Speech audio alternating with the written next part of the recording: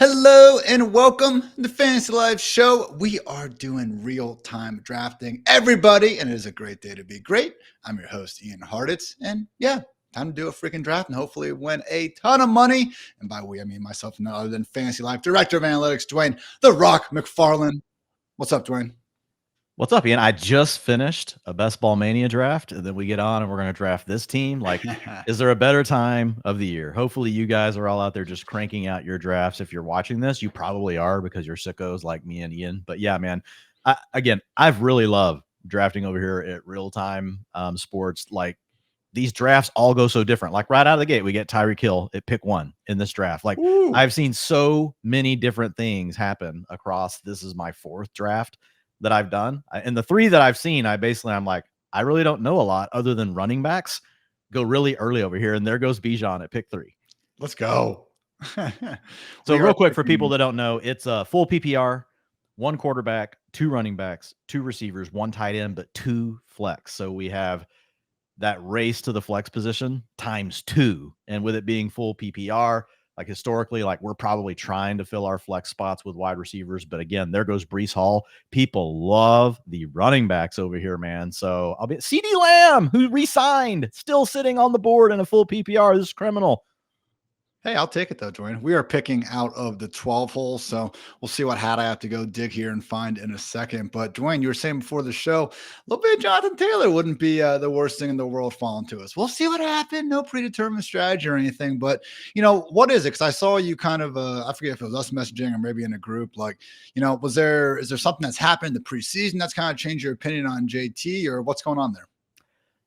It's just the more I think about it, man, the more I won't be surprised if the guy has like a 70 per. There goes Saquon Barkley. This is wow. Whoa. Okay.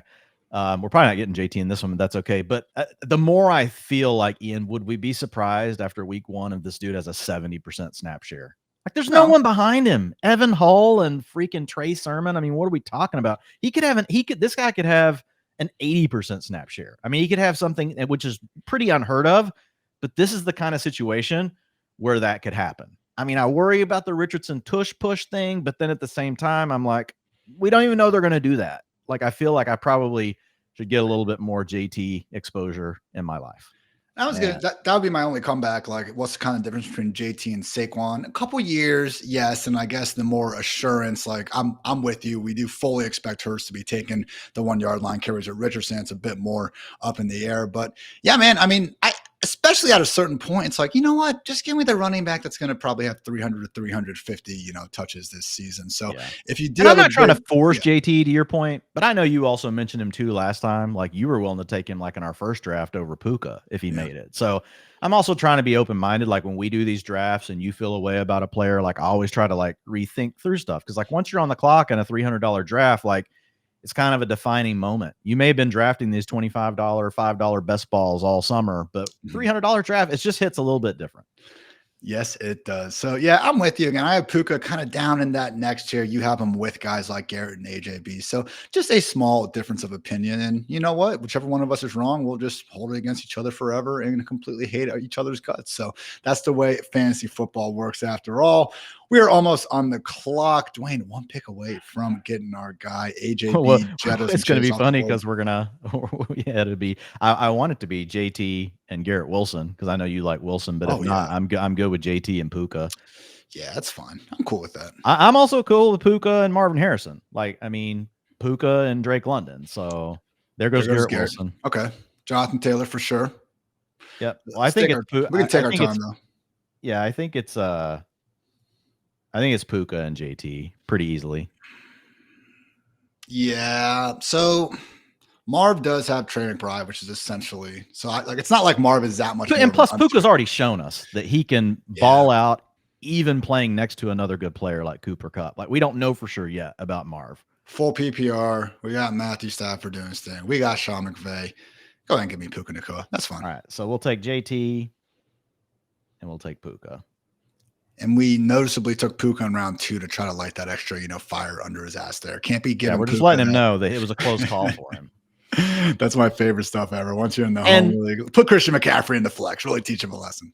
There are certain leagues where I wouldn't take Jonathan Taylor there. You could have also talked me into Jahmyr Gibbs there at that pick, by the way. I think he was in play with, instead of JT. Like Taylor could have an extra 100 touches, though, I know. I know. And that's the thing I've been thinking just more and more about. I still feel like there's a chance that JT's just been playing hurt. I pretty much feel like Barkley's best days are done. Like, I think they're in the past.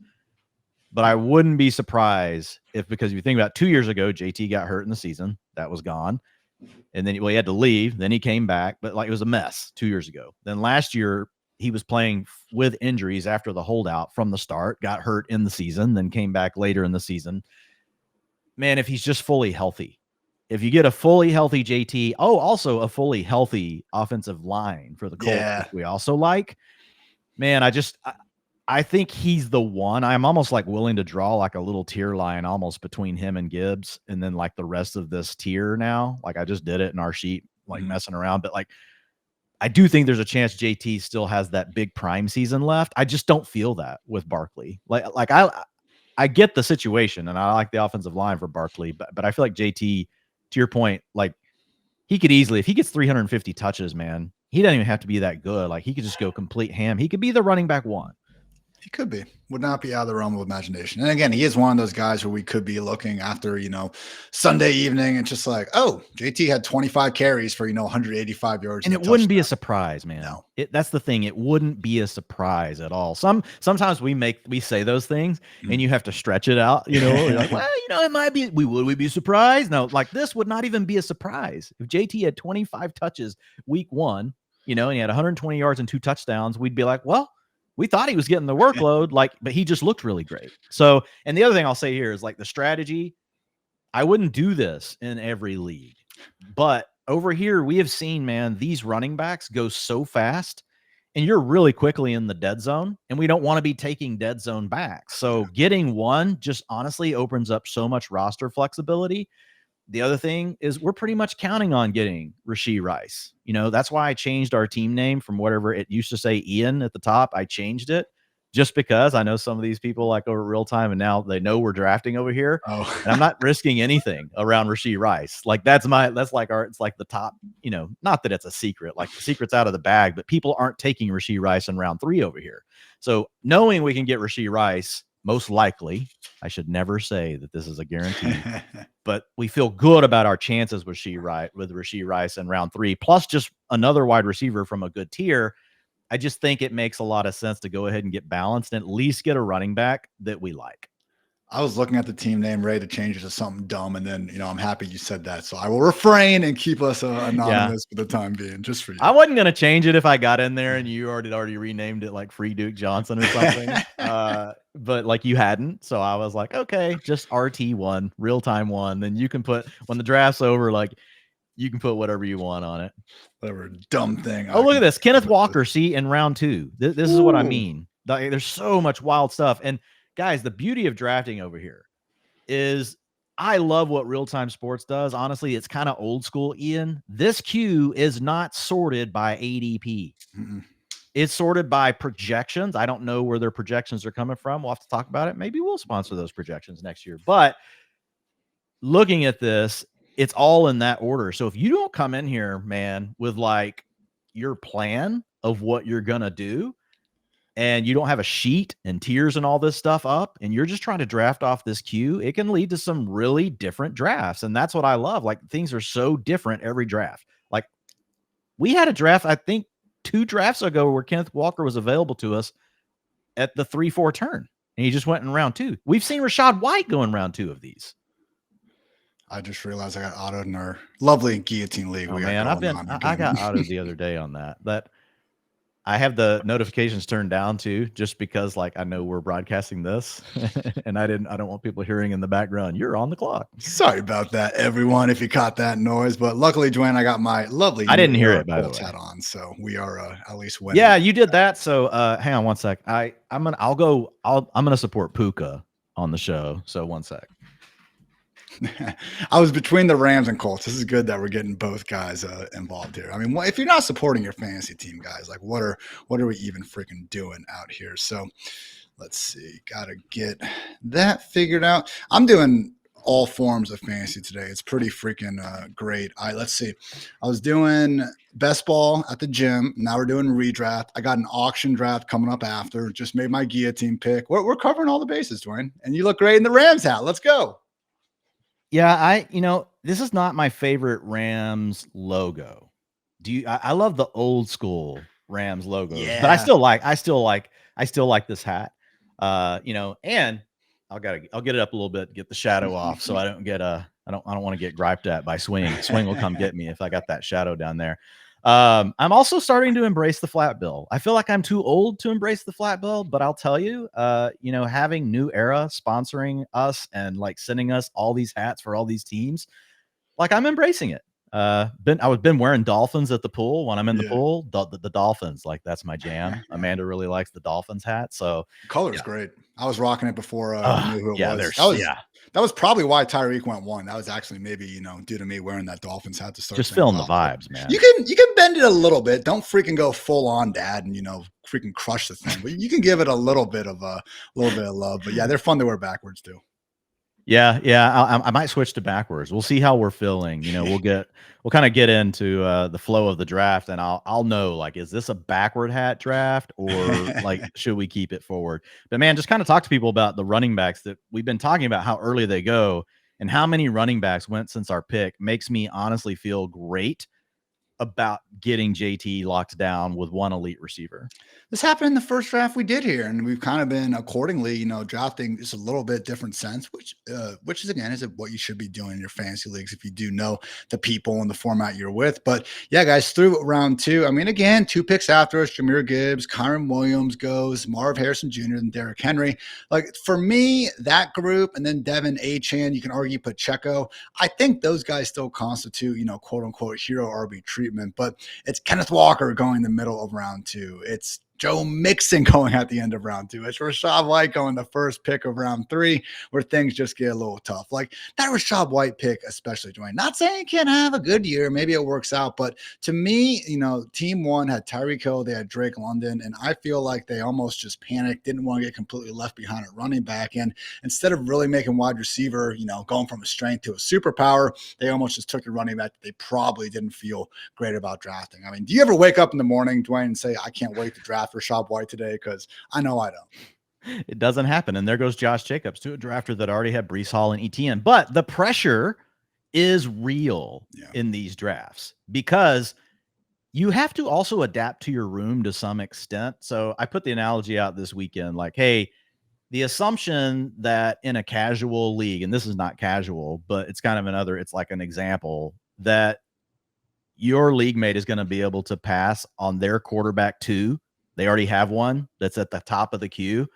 Like it's like going into a poker game and that's a casual poker game and thinking that someone's going to lay down like bottom pair to your bluff. No, they're calling you, dude. They're calling you. So, and my point with that that applies to this is, even though we know how good zero RB can work over here and how exciting it can be, like if they don't play by the rules some too and eventually stop taking the running backs and they just continue to take them all, you could still get yourself into a situation where you just completely hate your running back room. Like totally, like you don't feel good about any of it. So I think, yes, the right play here is to go hero or to go zero in these rooms, but I still think you've got to be careful. The other thing I think is because what we've seen, I think that you really need to be paying attention to the way the first couple of rounds go to get a feel for how this particular room is going to behave. And right now, like obviously, like the running backs are flying off the board. I mean, we still got Nico Collins on the board. Deebo Samuel just went, but we've still got Jalen Waddle, sitting here. We've got another guy I'm not going to name. I've cursed it. And it happened. It went the pick before us. No, I told you on Saturday. Can't do that. Can't do that. So I'm not even going to say a damn thing about it. But, look, there's just a lot. There's a lot to like here at wide receiver, man. I'm really hoping that this kind of hangs in there and we get to smash 2 wide receivers. The other thing I've noticed in these drafts, Ian, is that Mark Andrews, man, comes back down in round 5. I've seen him make it to the turn 3 times. Fingers crossed. So there goes Kelsey. 4. All right, there we go. And just final point on zero RB. Jalen Hurts. Oh my God, this is boys. We're about to cook. I can feel it. Hear the hands. The hat's about to go backwards. I feel it at this turn. The hat's about to go backwards. Almost at this point, like I have some preferences here. We're getting two studs, though, wide receiver. We're getting two really, really good wide receivers. There goes one of them. Cooper Kupp. I was so willing down here. I'd rather it not be him since we have Nakua. Right. I'm not as huge on like stacking up a whole team over here, but at the end of round 3, like Nakua, Cooper Kupp was definitely Puka Kupp. Cooper Kupp was definitely in the queue.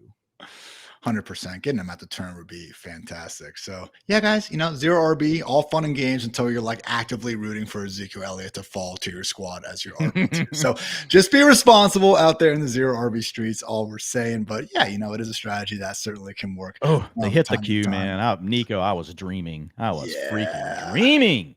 Cooper Kupp. I was on with Matt Harmon today. Of course, when you talk, if you go on a show with Matt Harmon, if you don't already like Nico Collins, you're gonna like him. If you already like Nico Collins, you're gonna walk away just liking him more.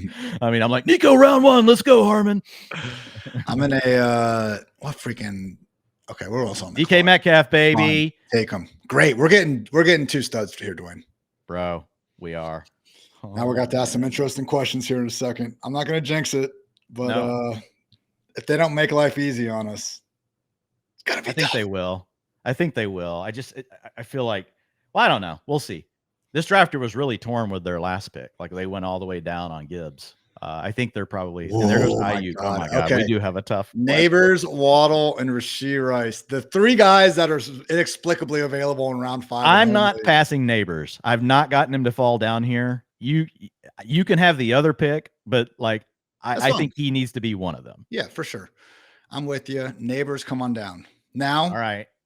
I'm not even clicking yet because I don't know if we're going to need the whole clock. I don't there even know is a chance. So there's a chance that Rice. I agree. I know where you're going. There's a chance Rashee Rice could fall back to us in this draft. Like Waddle versus Rice straight up is pretty freaking. And Rashee Rice still has some. We don't think he's getting suspended, but he still has some chance of being suspended. I think we go Neighbors and Waddle, man. All right, cool.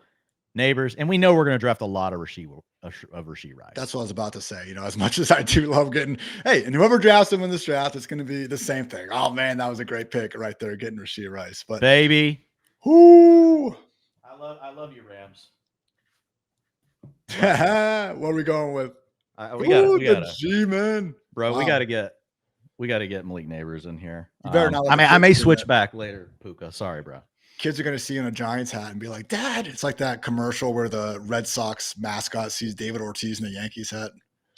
Well, we took it to New York. I took it to New York for Amanda and Zoe, because we all went up there to record for Fantasy Life. And I think I was just annoying Zoe the whole time because I was running around going, "Welcome to New York." When I was singing Taylor Swift, and she's like, "Oh my God, my dad."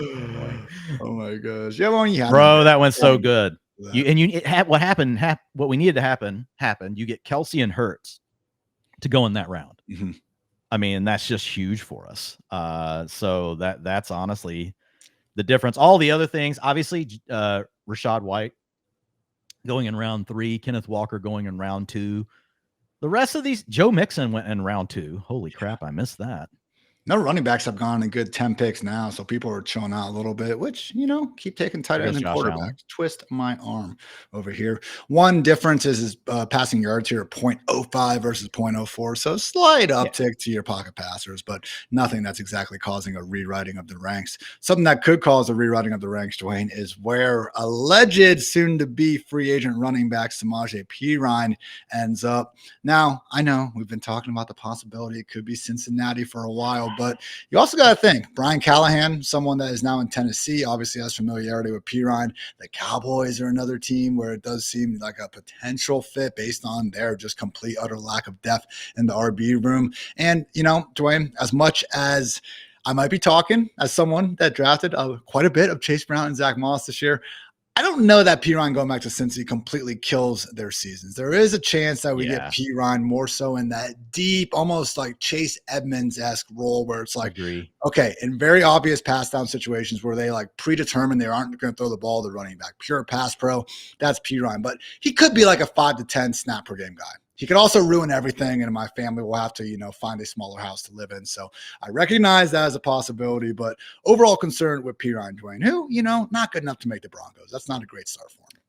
Yeah, it really depends on where he lands, but he could be a nuisance, to anyone. The good news is like it doesn't. No matter where he lands, it doesn't completely freak me out because Samaje Perine is like he's a dude. He's a dude. Like he's kind of that jack of all trades. Yeah, he's a guy. He's just a guy. You're right. He's just a guy. He's a dude playing a dude. I don't know. Whatever. He's a guy trying to be a dude. Aren't we all? Yeah, that's true. That's true. That's my hope in life as well. But he's not going to scare me at all if he lands in some loaded scenario. I think he's got to land really like in Dallas. Obviously you prefer him over Royce Freeman. It just depends on what the team thinks about Deuce Vaughn. But yeah, he becomes a guy that's worth just throwing on at the end of a draft, which we did, which was your call. Great call by you. We did that last Friday night. Or was it Thursday night when you and I drafted together, because you don't have to take a kicker in defense in this league. We took Perine with our last pick. So let's just spin the wheel and see where he goes, Hartitz, and we'll see. And we could very well still just cut him for the kicker, but it was one of those things where he was the one guy on the board where it's like, if he does go to the Cowboys, all of a sudden he's going, several rounds before, 20th. So it is 20 rounds over here in these streets. And we have taken a defense and all these that we've done. Kicker is a time where we're like, you know what? Let's go ahead and spin that wheel, as Dwain said. So we did not take a defense, me and John, on Saturday or on Friday. And like the Eagles went undrafted, the Raiders went undrafted. So I wasn't even worried about it. Yeah. We let the kicker and the defense go. And I was like, man, Ian would be so proud. It's just more about remembering to freaking pick them up, this time. Well, now that we know we have to do it for one team and it's in my brain, yeah, there's no chance of forgetting. I know that, we'll make sure that it happens for all of them. We just need to make sure we take a look at when does that happen? By the way, I love the YouTube people can see it, but we have, a bunch of normal helmets and just kind of generic images. And then the guy drafting out of the 5-hole is Heisenberg W. White, and he's literally got the picture of Walter White staring our ass down. And so far, Dwain, not a bad draft by him. CeeDee Lamb, Isaiah Pacheco, Deebo Samuel, and James Cook. So, probably wouldn't have gone Cook, probably would have gone with a certain wide receiver we're hoping falls back to us. But even then, James Cook, someone that I know you saw with the starters utilization in Buffalo. And just based on what we saw after Joe Brady took over last year, I'm not saying I'm not going to start doing this with every single running back. What if we're sitting here Sunday night and James Cook has 200 yards and a touchdown? But he could be just it's a great bit. Featured. Yeah, it is a great bit. He could just be the feature back in Buffalo. And yeah, Josh Allen, I don't think that role has the same sort of top 5 upside as what Jonathan Taylor could have. But James Cook finishes as a low end RB1. I think that's in his potential range of outcomes. Yeah. Look, the preseason utilization, one of the things we found going back and looking at it, the running back workloads are often overstated because they play those two. There goes James Conner. I should have never put him in the queue. Hartitz, my bad. My bad. Tried to plan ahead a little bit while you were talking, and I'll just stop. I'm just gonna stop doing it. There goes Mahomes as well. That would have been cool. So, yeah. So going back to the situation with James Cook, you have to be careful because typically in a real game, the third drive is when the backup running back, the running back 2 comes in to give the starter the breather. Well, a lot of times the starters only play 2 drives, and so it makes it look like when you're like, oh man, look at this utilization with the starters this preseason, and it's 70% snap share. So you have to be careful. But at the same time, when I look at James Cook, and we did have Ray Davis coming in, after him, it still opens your eyes to the chance, not that we think he's going to be 80%, but he's not locked in at 50. Ray Davis is going to have to take carries away, which we think he could do, but there's also a chance that goes the other way, and that James Cook, man, is suddenly a 60% snap player, getting 60% of the carries in Buffalo. We've already talked about how wide open, basically the pecking order is in the passing game. And James Cook could finish anywhere from being the, 3rd to 4th best receiver, on the team. That wouldn't surprise us. So yeah, man, I need to draft more James Cook. I keep saying that, and then he started moving up in drafts. I've drafted a decent amount in best ball. I just don't see myself drafting him over here because of how early they're taking everyone. So again, they started back on the running backs. There goes Rashee Rice. Okay. We weren't to the guy that you already said was drafting good. CeeDee Lamb, Pacheco, Deebo Samuel, James Cook, who we just talked about, and now So we got Cook and then Rice. Touche, Yeah. Heisenberg. Yeah. I would not have risked that. I would have gone Rashee Rice in a heartbeat in that He round. is the one who in knocks, fourth round. at least in this draft. So, all right, Dwayne, we got a few more picks before us. Obviously, Rashee Rice was going to be a smash. That's okay. We got Waddle and Neighbors instead. So, I don't see any running backs here right now. I'm just dying to have. I'm open to ideas. This is only a 2 wide receiver starting league. That said, we have 3 and 2 flex spots. So the next, if we do draft another wide receiver, certainly have a spot for him in the lineup. I don't think we need to double tap it though. I would be open to maybe dipping our toes for a certain tight end, Dwayne. I know you love drafting, bro. Yeah, I want one of these tight ends down here if they can fall. But obviously, like, we'll kind of keep an eye on it. There goes Zay Flowers. I was just about to put him in the queue. But I mean, dude, we got Xavier Worthy, Tank Dell, T. Higgins. Yeah. Still sitting out here. I think we're gonna do wide receiver, tight end. Even Terry, dude. Almost guaranteed. Running back. The name. Jesus, some of these guys want. Yeah, or not Mostert's available, so I'll put him in the queue. Like, he would be the one name. There goes DeAndre Swift. Freaking take him. Yeah, dude. I really want to round this receiver room out and grab an elite tight end if they let this happen. Kincaid just went, so they're firing at the battleship. But we just need to get past this guy. Yeah, and we did. We'll still have a good one regardless. He took Najee. So now the guy in front of us has Laporta. We're getting one of Trey McBride or Mark Andrews. Now I think we got to figure out, do we want T. Higgins, Xavier Worthy, or Tank Dell as our second pick? And I'm really open here. I like all those players. I think, like, looking at the queue, T. Higgins is the one that you're going to most rarely get this late, just based on the way people are drafting over here. Yeah. There goes Christian Kirk. Okay, take him. I kind of lean Higgins as well. I mean, it's just a factor of that offense being condensed around 2 guys, and in Kansas City and Houston, we're talking about 3. All right, so we're getting freaking Trey McBride. Yep, I have to change hats again. All right, Trey McBride. Good problem to have. Him. And then we're taking T. Higgins, correct? There we go. Unless you feel like much. No, I'm good. I'm good. I love Xavier Worthy. I really do. But T. Higgins is also playing with a great quarterback. He has, it's, to your point, a little more condensed. Worthy does still have to battle against Travis Kelce. Plus, he's got to battle against Marquise Brown eventually. And we already talked about Rashee Rice. Also, if there's a chance of any of these guys coming back here, it's Xavier Worthy. It is. T. Higgins still only 25 years old. That's one of the crazy ones that you continue to see year after year after year. So I was going to say, I know I haven't been the biggest Trey McBride guy this year, but you know what? Dwayne just takes one team to go ahead and change that narrative right away. Anyway, but I will say I felt a little betrayed though, because, one of the things I brought up was, Tip Raymond got some day 2 draft capital. Could he be involved? And I gave a lot of love to Peter Schrager, had the most accurate mock draft, really seems to be plugged in, and he had Tip Raymond as like his favorite player in the draft. And then Dwayne, I see Peter Schrager's breakout players of the season. He's got Trey McBride listed on there. So, I love Schrager. He's the man. So, not trying to hate by any stretch of the imagination, but I was like, come on, man, I feel betrayed. I trusted you with Tip Raymond. So, man, picking from 12 can be hard, but I feel like we have threaded like an amazing needle here. And I'm so glad that we took Jonathan Taylor with one of our first 2 picks, because right now we would still be feeling great about our wide receivers. And let's be honest, we probably would have just taken our 5th wide receiver right there. Yeah. And we wouldn't have a running back yet. We would be a receiver, McBride, receiver. Most likely. So having JT and not feeling that pressure of, well, we got to reach for Mostert or David Montgomery here. And not that that would necessarily be a reach like with where we are now.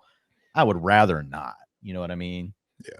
I just feel like this is more so the way these people are drafting. You do start getting more of that RB dead zone, Dwayne. Zamir White going freaking early parts of round 6. Javonte Williams going at the end of round 5. Even Najee Harris. Like, people didn't catch the Fantasy Life show today. I mean, one of the things that Dwayne and I were talking about is honestly, man, the fact that Cordero Patterson is getting used as much as he is, it might not be the situation that we thought it was in Pittsburgh where Najee and Jalen Warren, we knew they were going to split things, but the assumption was that you still want to kind of draft them because, okay, while they're splitting things, both kind of like borderline RB2s, but we figured we had kind of that league-breaking upside if one of them went down.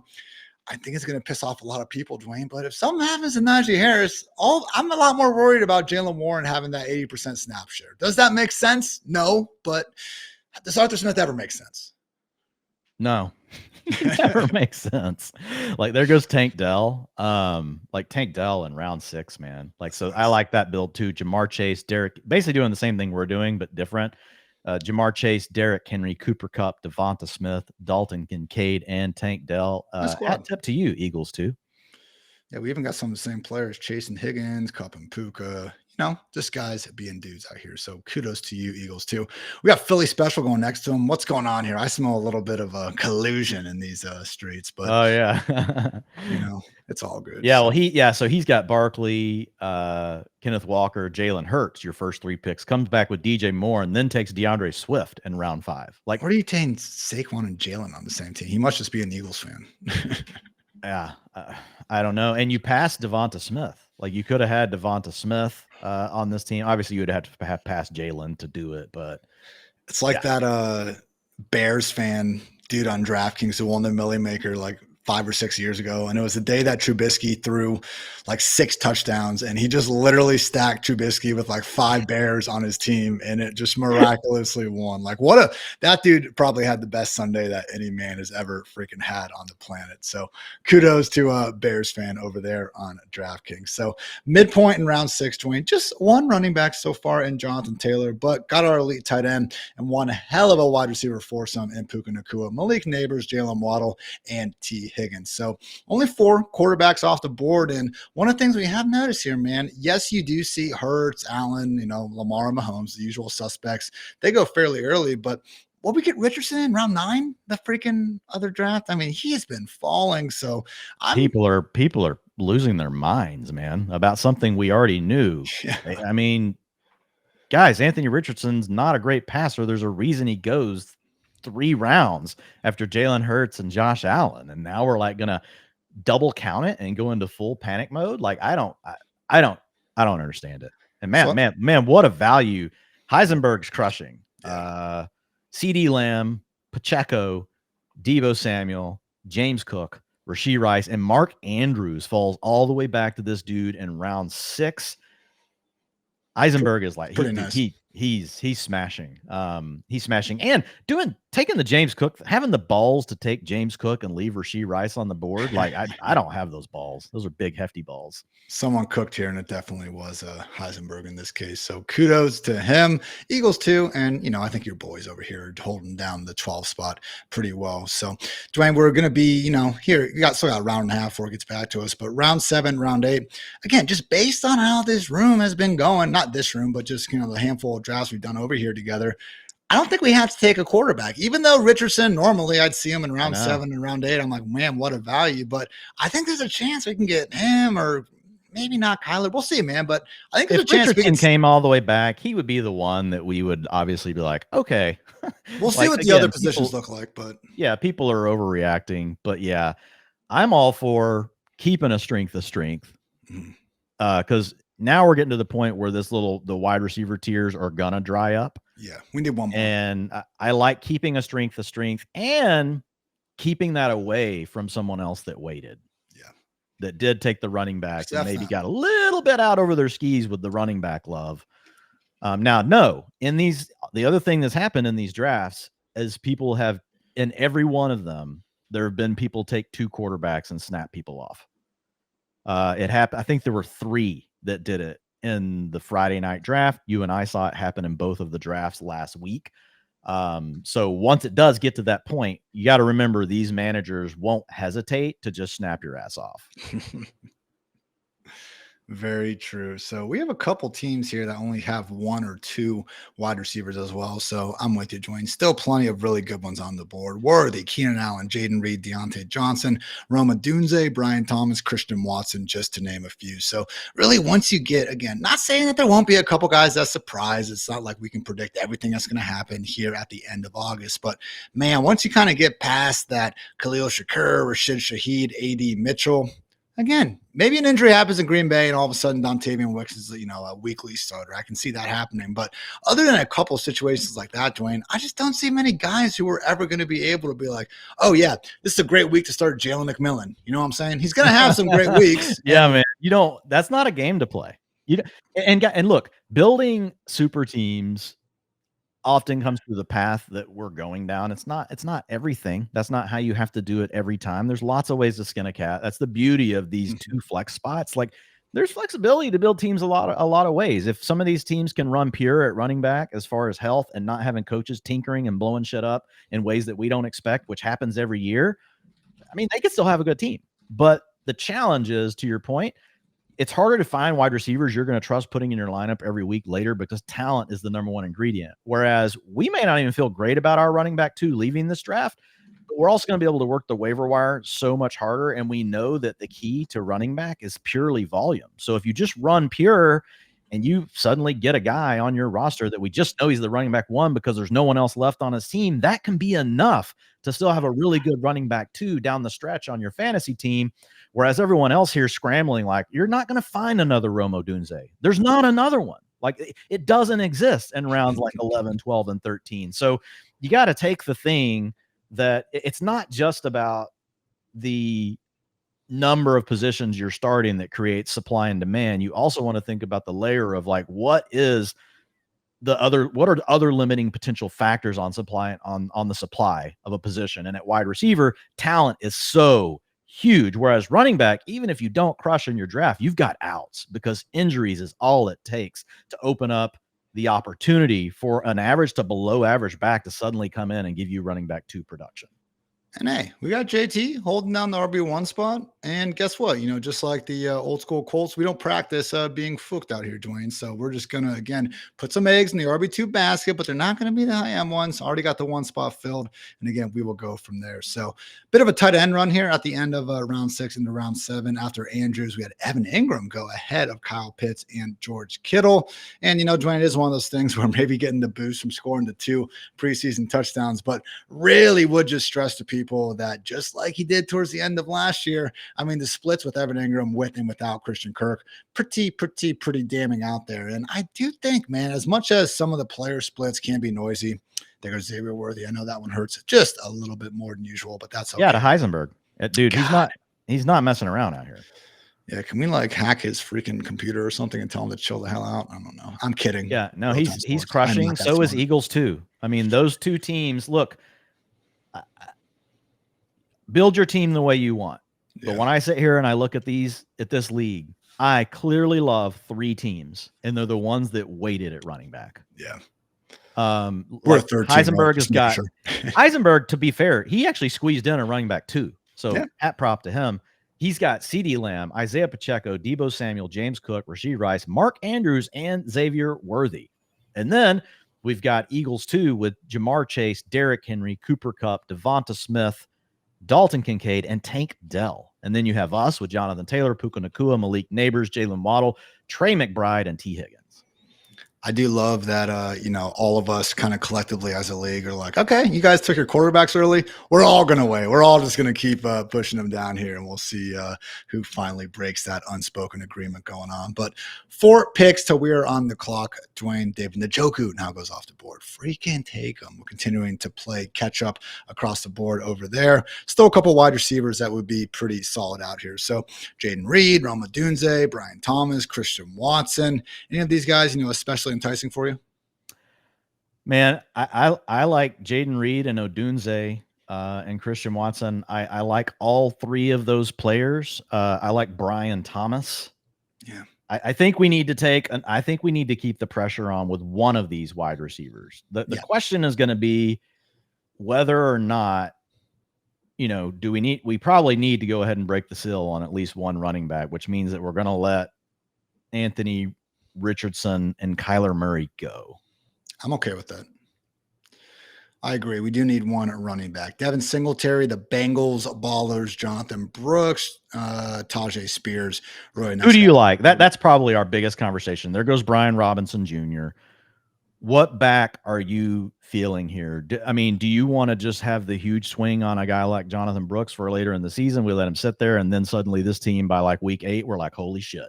We could try to get Chuba or like Jerome Ford, Yeah, we can always come back for Chuba later. Or do you want to take a guy like Devin Singletary that, we know it's not a great offense, but he's definitely locked into a boatload of touches. Like right now. What did he play? 33 of 37 snaps with the starters. Yeah, bro. It's and people just say it's almost like this a lot. People are like, oh, Devin Singletary, but his upside. Like, why does he not have upside? The guy's an every down running back. Yeah, I think the main thing is just, the offense he plays on, like, is really the only thing people could. Javonte Williams went 2 rounds earlier, Yeah. I mean, I know they throw the ball to the running backs a little more than the Giants probably will, but. Yeah, and again, a lot of this is this Q. So it's a matter, do we want to take the big swing on a guy like Jonathan Brooks or Chase Brown, or do we want to take Singletary? Because I do think we're taking another receiver to really keep a strength to strength, keep the pressure on. Brooks off the board, so that probably makes our decision a little bit easier. Yeah, so. I think so too. I think we're like, thank God. Anthony Richardson. There goes Anthony Richardson. Okay, cool. So Singletary over Moss. That's the only thing I'm thinking. Because let's face it, Pirine coming, I think hurts Brown a hell of a lot more than it does Moss. I'm good with either. Singletary. I'm good with any one of those running backs. Let's look at the queue. Singletary's at the top. Zach Moss is right there next. So I'm good with any one of those. I'll let you decide. I really like taking any one of these. We have Neighbors already. Do we want extra? I feel like if we want a running back wide receiver combo, I'd rather be on the Bengals, honestly. Let's do it. All right. So let's take running back Zach Moss. Okay. You good? Yeah, I'm good. All right. Now let's look at wide receiver. Jaden Reed is not normally here. We've taken Odunze in our other 2 drafts. I also just think Rome Odunze is a better player than Jaden Reed. And I don't know that it's particularly close. They're both going to battle for playing time. Dude, Rome leaves the back door open for Caleb. We don't even need to start. Jaden Reed leaves the back door open for Jordan Love too. So I like both. What do you think? I mean, Reed's a good player and everything, but he could also be the wide receiver 4 in his own offense. It could happen. I don't think it will. He was wide receiver 1 last year, so maybe that happens again, but I'm fine getting Rome, man. He's a top 10 freaking pick. He's on the team. That did not take much convincing. No, honestly, I was good with either. But I want as much Rome as I can get my arms around. Especially Keenan Allen went all the way back to the beginning of round 7. We're not even having to make that decision between the 2 guys. So I am very fine with that. Through 8 rounds now, Jonathan Taylor and Zach Moss holding down the RB room. Puka Nacua, Malik Neighbors, Jalen Waddle, Trey McBride, T. Higgins, and Rome Odunze elsewhere. So, Dwayne didn't necessarily get the same smashes I think that we felt we had in, rounds 1 through 6, but got our RB2 spot filled at a point where if we didn't take an RB there, man, it was going to be tough sledding. So yes, looking back, yeah. And I'm not even going to say that we should have necessarily. And there goes Corum in round 8. Yeah. We did what we had to do.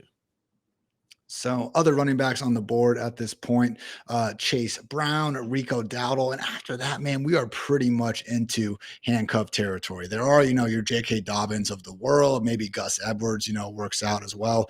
Jaleel McLaughlin is an interesting one. That would honestly be a pretty nice fit for us on this squad. Because again, now we know Pirine's not there. So Javonte, yeah, he could be getting a lot of that. But man, Jaleel is someone that, no, I don't think he's ever going to be this 25 plus touch per game guy. But if he is I'm not going to make the direct comp, but if he is a poor man's Alvin Kamara, just like we saw in the past, man, not too shabby, Dwayne, in rounds 9 and 10 potentially, or later. Yeah, and we're just going to have to fire away at running back now. The tricky thing is going to be coming back down. There goes Kyler Murray. The tricky thing coming back down will be, okay, we're probably going to need to go ahead and take a quarterback. If one of the names that I have in our queue is available, which I've got. Jordan, not necessarily in order, but Jordan Love, CJ Stroud, Joe Burrow, Caleb Williams, Jaden Daniels. Like if one of those make it to us, like I'm willing to pull the trigger. If they're not there, I'm willing to wait and double tap running back. Jaden Reed to Eagles 2 continues to draft strong. Like he's like, I'm going to keep a strength to strength. So adding on Jaden Reed to go with Tank Dell, Devonta Smith, Cooper Kupp, Jamar Chase, and then Derrick Henry and Brian Robinson Jr. are the running backs, and Dalton Kincaid. And then we have the Jalen Hurts drafter double up with CJ Stroud. Who could have seen that coming from that squad? So no, mailing it in. Somebody's got to pay the rate, guys. Eagles 2 is doing great. And again, even if you don't love the Brian Robinson pick, I mean, he just like us. I think it's fine. Same tier as Zach Moss, in my opinion. Exactly. So again, I was just saying, even if you don't agree with that specific one, like it was the time where both of us had to pretty much take a running back to get that RB2 spot figured out. And accordingly, we did. So midway point of round 8, again, Stroud off the board to the Jalen Hurts team. That's just something, Dwayne. Like what? How does someone do that? It's a major self-inflicted wound. You're never going to use CJ Stroud, or your plan should be you're never using CJ Stroud if you draft Jalen Hurts. And like I get it, Jalen Hurts could get hurt. I mean, no pun intended. There goes Brian Thomas Jr. Like good pick. Like I have a feeling Eisenberg was so ready to click on Brian Thomas Jr. This is the longest we've seen Eisenberg take. I bet he was so ready. He takes Chase Brown. He took the other guy we were considering. So he's like, no, I'm just going to keep the pedal to the metal. Yeah, guys, like, and it's not to like call out, Philly special, but it's just not a winning strategy for you. You've got three running backs on your team, 2 wide receivers. You've got your tight end. You've got an elite quarterback, and you have the chance to take a young wide receiver like Brian Thomas Jr. and honestly kind of make up the fact that you took 3 that DeAndre Swift is a mistake pick in round 5. You already had 1 mistake.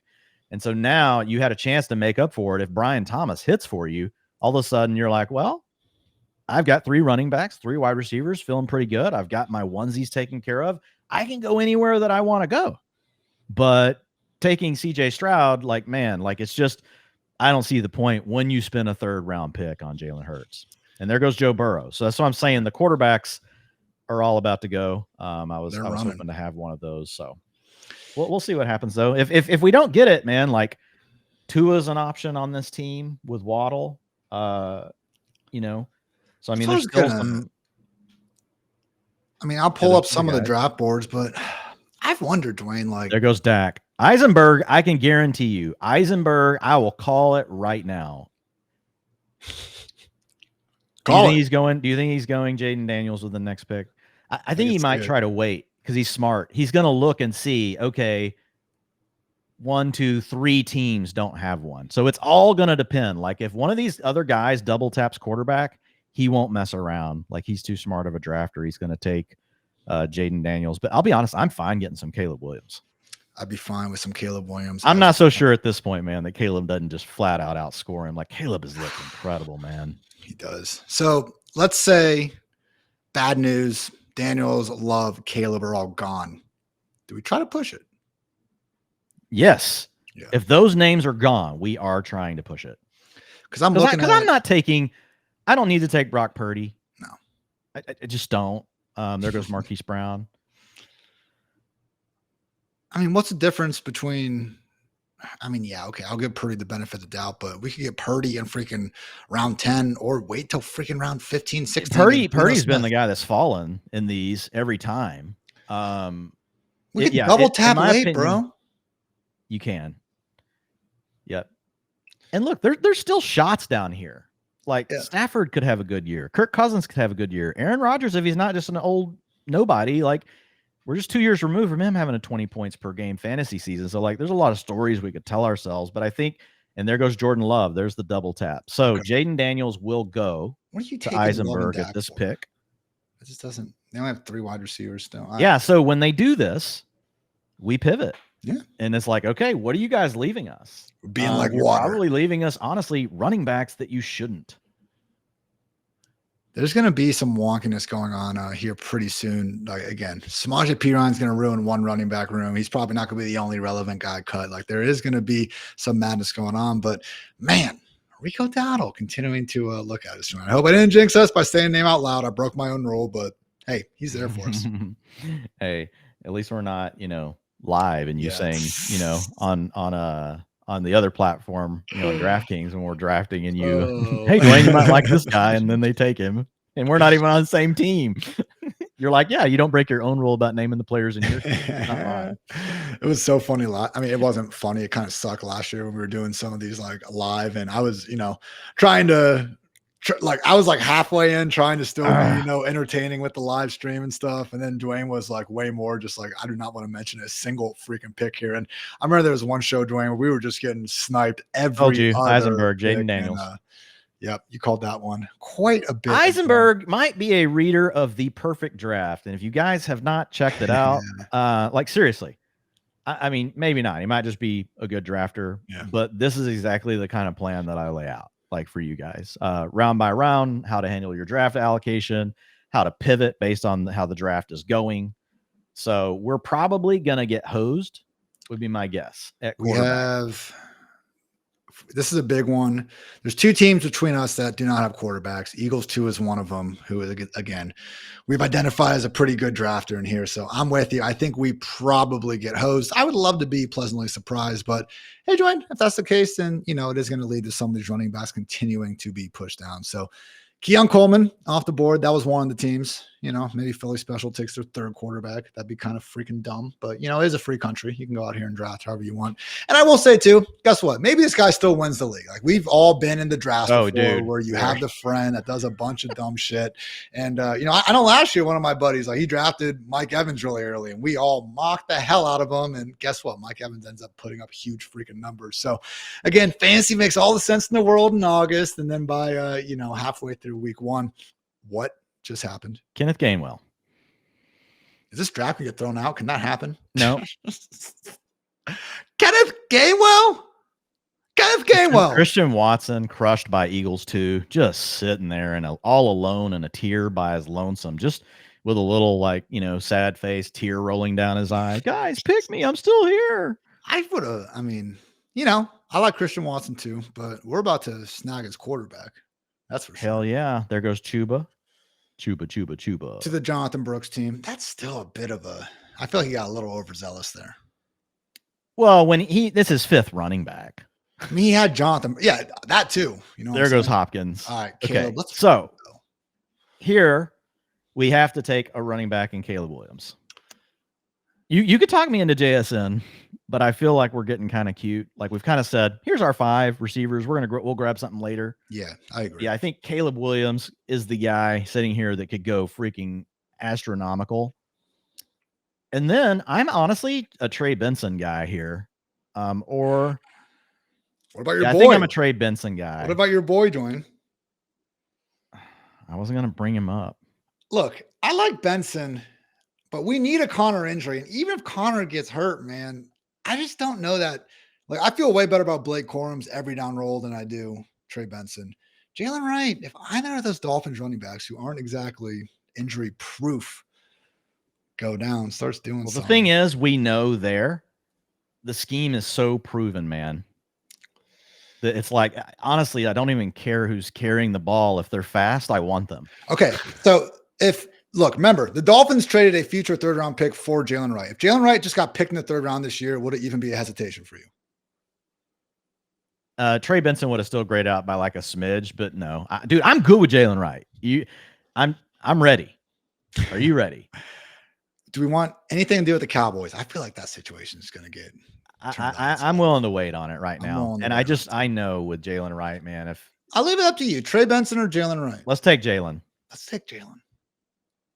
freaking. I got you on the same page with me on Jalen in this draft. So what's funny about that is I really thought about the Gus Edwards and J.K. Dobbins thing after we drafted last time. And I went back and I read a lot more. And I mean, I keep up with it, but we're trying to keep up with a lot of players. And I went back and read more like of the training camp stuff, coaches' comments, all that kind of stuff. And I'll be honest, like, I think I would rather draft J.K. Dobbins. I'm kind of into J.K. Dobbins now. I know he has the Achilles and the injuries, but he is young enough that he could overcome those things. And like, I'll just say this, I think 80% J.K. Dobbins is better than 100% of Gus Edwards like 3 years ago, like just pure talent wise. Right. And that's not meant to be a knock on Gus. That's just how good J.K. Dobbins looked after his rookie season and based on what we knew about him from college. So Dobbins is a guy, man, he went in round 9 of this draft, but he was a name like I was like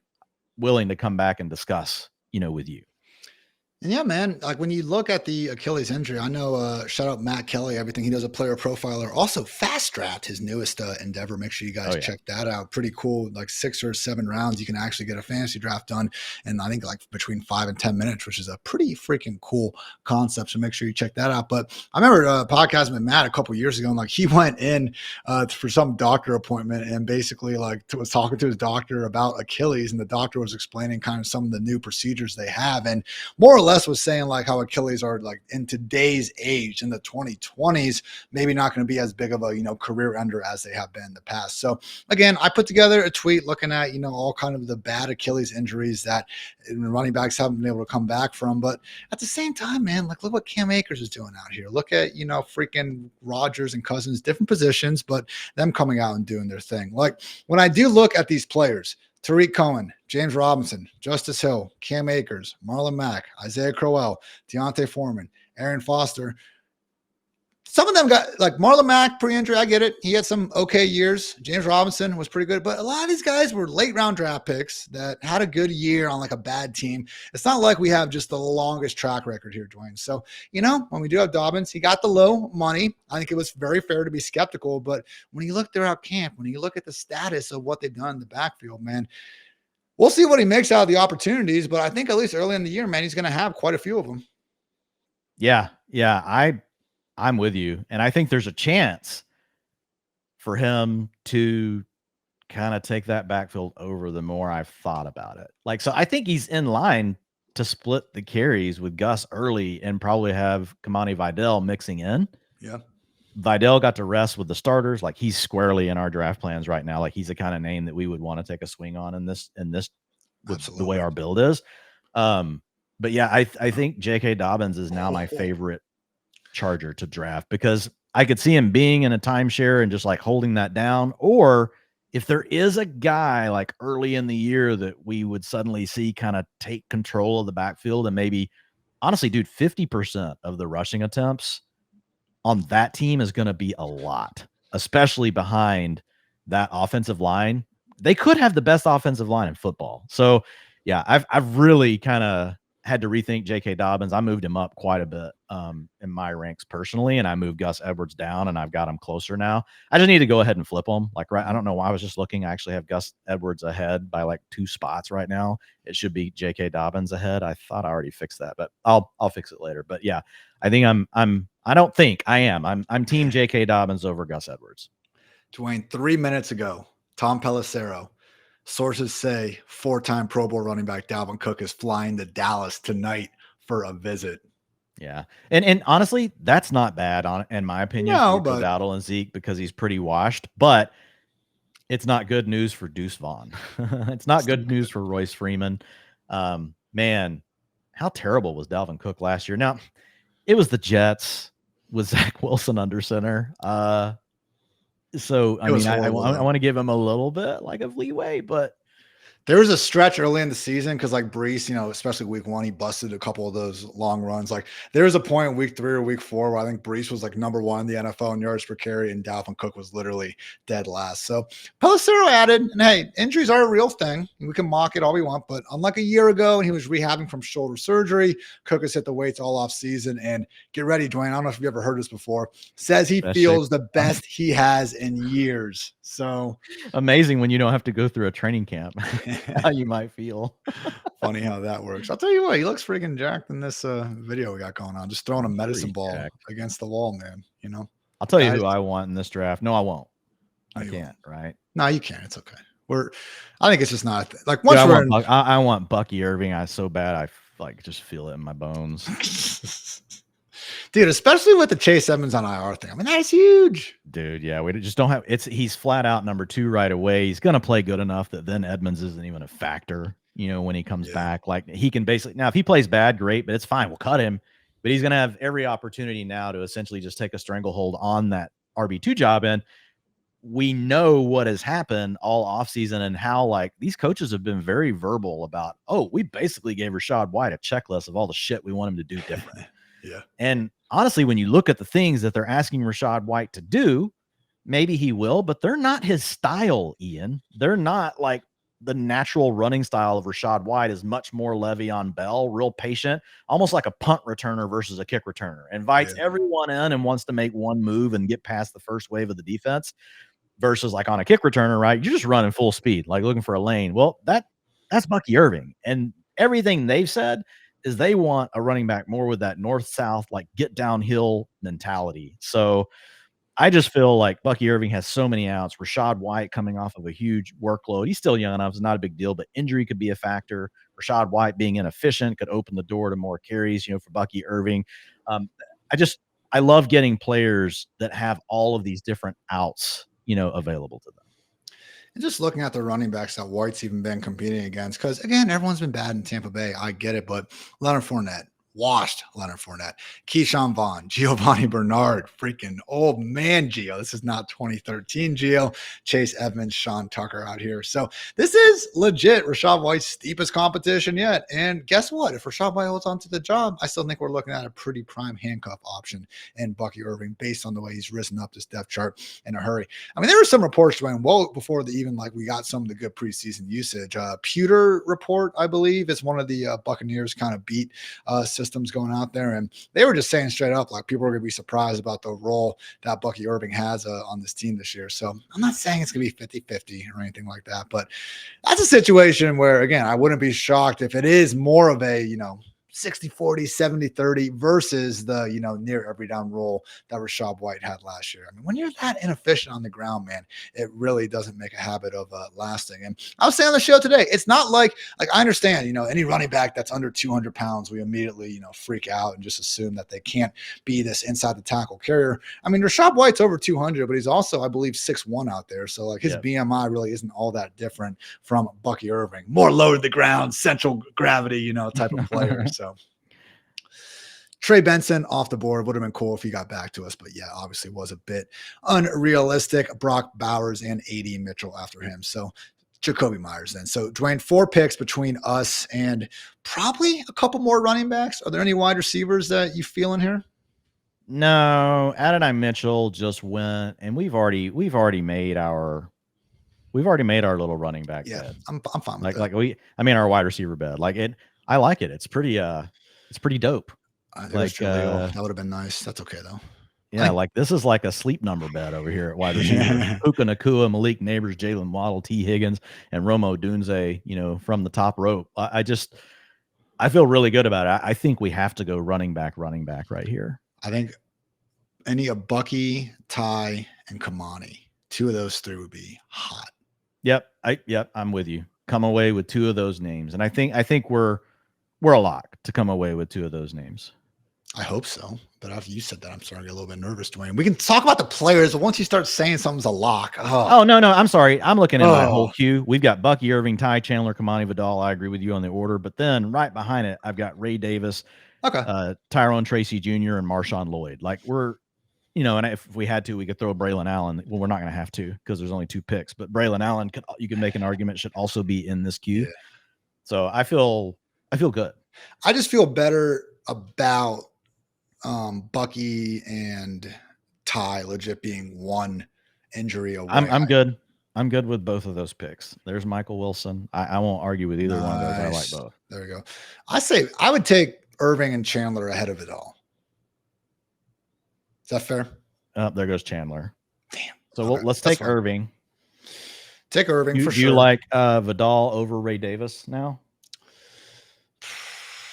Just because there is this potential path to period. We're not even sure really who the lead back is. I know we just loved all over J.K. Dobbins. Let me look at the queue. Kamani Vidal is not coming back. He's at the top. There's a chance Ray Davis could sneak back. I don't even see him in this view. You don't? Okay. No. Let's go Vidal then. All right, let's take him. I'm just trying to again, I'm overthinking Ty Johnson's involvement in this. It could be a thing, but yeah, I'm with you. We don't need to overthink it. We kind of know what Ty Johnson is. So we just kind of have to have some faith that Ray Davis will make it happen. And if he doesn't, like, it is what it is. Oh, this is my nightmare. There's some freaking some idiot Twitter user who only posts about politics named Ty Johnson. So freaking trying to find anything on him on Twitter is a nightmare. This is like Chris Evans all over again. Oh God, Chris Evans. Dude, that was the worst, trying to get any freaking update. But all right, guys. Hey, and as we've talked about, if you want to go with some running backs early, it's not like you can't make it work, but realize you got to go heavy wide receiver. After that, just like if you go heavy wide receiver early, you got to start filling up your running back room. And we have done just that, Dwayne. 4 of our last 6 picks have come in the backfield: Zach Moss, Jalen Wright, Bucky Irving, and Kamani Vidal. So yeah, I agree. I felt like the Roma Dunze value was far too good to be passing up there.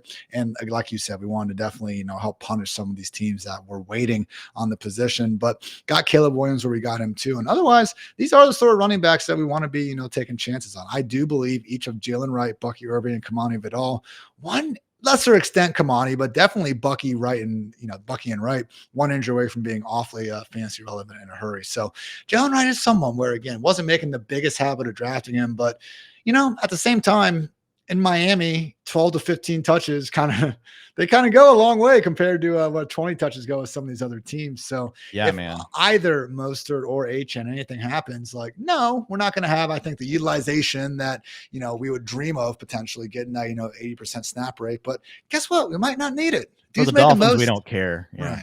Right. And that's what I had to earlier, like 3 weeks ago, I had to really rethink Jalen Wright. I had been drafting him, but his ADP started shooting up, right? Mm-hmm.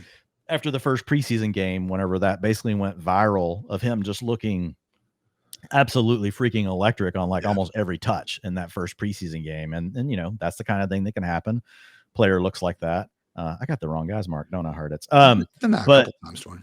I forgive you. But yeah, you got it fixed. So with the Dolphins, I had to rethink through that as well. I'm like, we shouldn't think of it as he's 2 injuries away. He's still only 1 injury away. Yeah. Sure. I mean, it's okay if, Raheem Mostert goes down, knock on wood. We don't ever want it to happen. Raheem Mostert wins Powerball, for a bill. And he decides, he's just going to hang out with his family. Seems like a really cool dude based on Hard Knocks in season last year. Say he's completely, he's out of the picture. I do expect Achane to get a little bit more work, but I'm pretty sure that Jalen Wright's going to get carries too.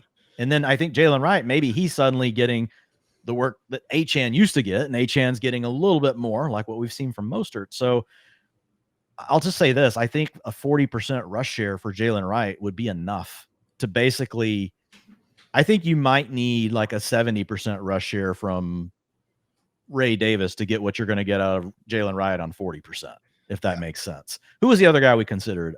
Rico Dowdle.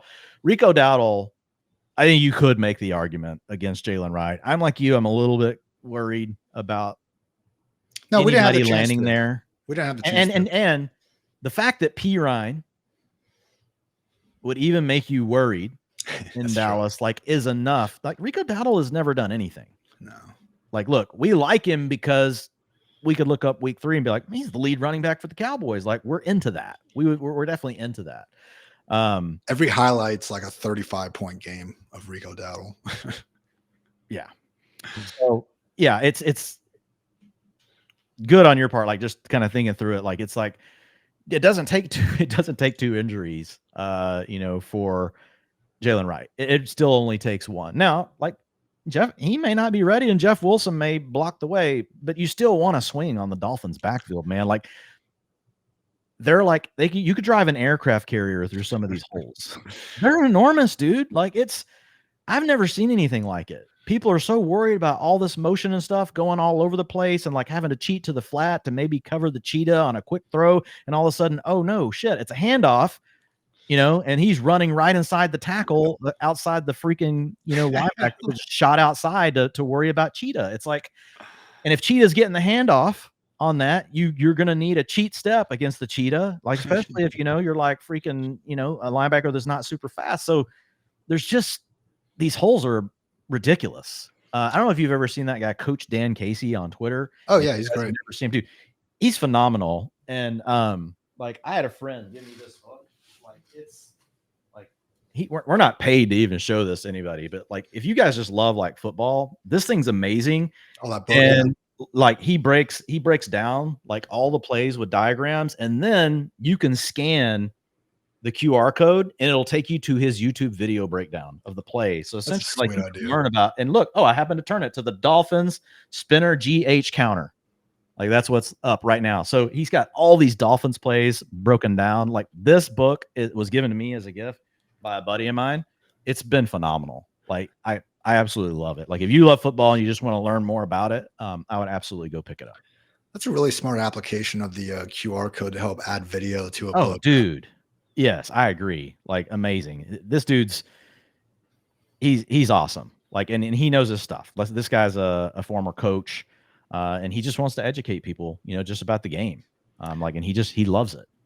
Again, shout out at Coach Dan Casey on Twitter. VVV, good follow. A little bit of wonkiness going on here. We had Eric Gray go in round 12. I mean, Tyron Tracy, he's alive. Paul Pierce Tracy, he is still doing his thing out here. Khalil Herbert after that. Marshawn Lloyd around 13. So, the Lloyd call is a little more understandable. I do feel better, Dwayne, about my, probably too heavy Antonio Gibson bag, seeing that Heisenberg went ahead and, took a gander at him. Nice little data point. Better Heisenberg, I tell you. I feel like Heisenberg is a fantasy lifer. I'm just gonna say. I mean, he might not be. It doesn't matter. Like he's drafting great, but I think there's a chance that Heisenberg is he's a fantasy life guy. We're all just living the fantasy life. We're all fantasy life guys. It was nice for Gibson though, that preseason revenge game. I mean, look, Ramondre's the guy. No one's doubting that. But man, something happens to Mondre. I do think Gibson again steps in that 3-down role. So I know people just look at Gibson and they're like, oh no, I got burned on him being this 5th round pick, and it's like, yeah. Please, for the love of God, don't draft him in round 5. But, once we do start getting to double-digit rounds, tough to overly argue with some of that handcuff upside. So, Dwayne, I went ahead and bolded 3 running backs in our queue. Tank Bigsby, Audric Estime. Bigsby I have at the top. I think the other one, Estime, Akers, but I think Jordan Mason is the other one. I take Jordan Mason over Akers. Yeah, I agree with that. Where is – I don't even see. Man, and I'm trying the Khalil Herbert thing, like – he sits in this tier. He got all this utilization in preseason, but we know it's because Roschon Johnson sat out. Like, so I'm also not against, like, we're going to have to take 2 more from this tier, in my opinion. We do have 5 at this point. I mean, but you got to keep it. Look at what happens below this tier we're in. You're not wrong. We have to take 2 here. Now, if they're all gone, obviously we'll definitely pivot. I got some wide receivers in the queue. There's 1 wide receiver, Dwayne. Yeah. There is a wide receiver that I'm with you on. If we took one of these running backs, I think we could throw another wide receiver dart. I think if 2 of these names are there. Did you just mark out Khalil Herbert, or is he just already gone? Oh, he's already gone. Okay, yeah, thank you. Did you mark out Eric Gray, or was he too far down the list? Is he on the list? He's number 84. I'll mark him out. Dwayne, well, okay. I made fun of Dwayne originally for writing down like notes for a podcast. And then he found out that I will, write down my draft tiers and stuff before fantasy drafts. So rightfully, I got a little pushback on that. But I always laugh, Dwayne, when I am in one of those drafts and like the first pick goes where I didn't even bother writing the guy down on my cheat sheet. Don't need to cross this guy off. So, and there he goes. Dontavian Wicks off the board to Eagles too. No surprise. Of course, Eagles too. That's okay. It was probably smarter for us to go to running backs anyway and not get. It's fine. These people are all getting their second quarterbacks, which is absolute insanity, man. It's insanity. I get it if you had Goff and you wanted to go Trevor Lawrence, but when you have, Kyler Murray already on your squad and you're circling back for Matthew Stafford, miss me with that. And there's going to be, I wouldn't mind like if we have a chance for like Justin Fields around 18 or something like that, I'll be down. But not. And eventually they're just going to stop taking these guys. Yeah. So. All right. 1 more pick away. All right. So which 2 of these guys are we going to want? I agree. Akers is more perspective. Let me unbolt Cam Akers. He's not in the conversation. It's 2 of. I've been getting big. I got Akers in the last round with John this weekend. Yeah, nice. Definitely don't need to be addressing him right now. TJ Hawkinson going. It's not the worst spot for him. No, in a redraft. I don't mind Hawkinson as Yeah. much. Best ball, it's tougher because like it's just a dead roster spot that like isn't even in play because it's best ball. Like Right. I know it's still a dead roster spot early in the year here, but it's just different because we don't have a computer picking all, hey, here are your best players from the week, and Hawkinson is a true dead spot here. Like we're having to pick. So there goes Mike Williams. So we're getting two. So Bigsby, I say it's Bigsby and Mason, in my opinion. Well, Tyrone Tracy too, dude. Tyrone Tracy is actually available, and he's in the tier above. Why'd we grab him out? I probably did it. So I think it's Bigsby and Tracy. What do you think? Estime's the only one. I think Estebe's third string.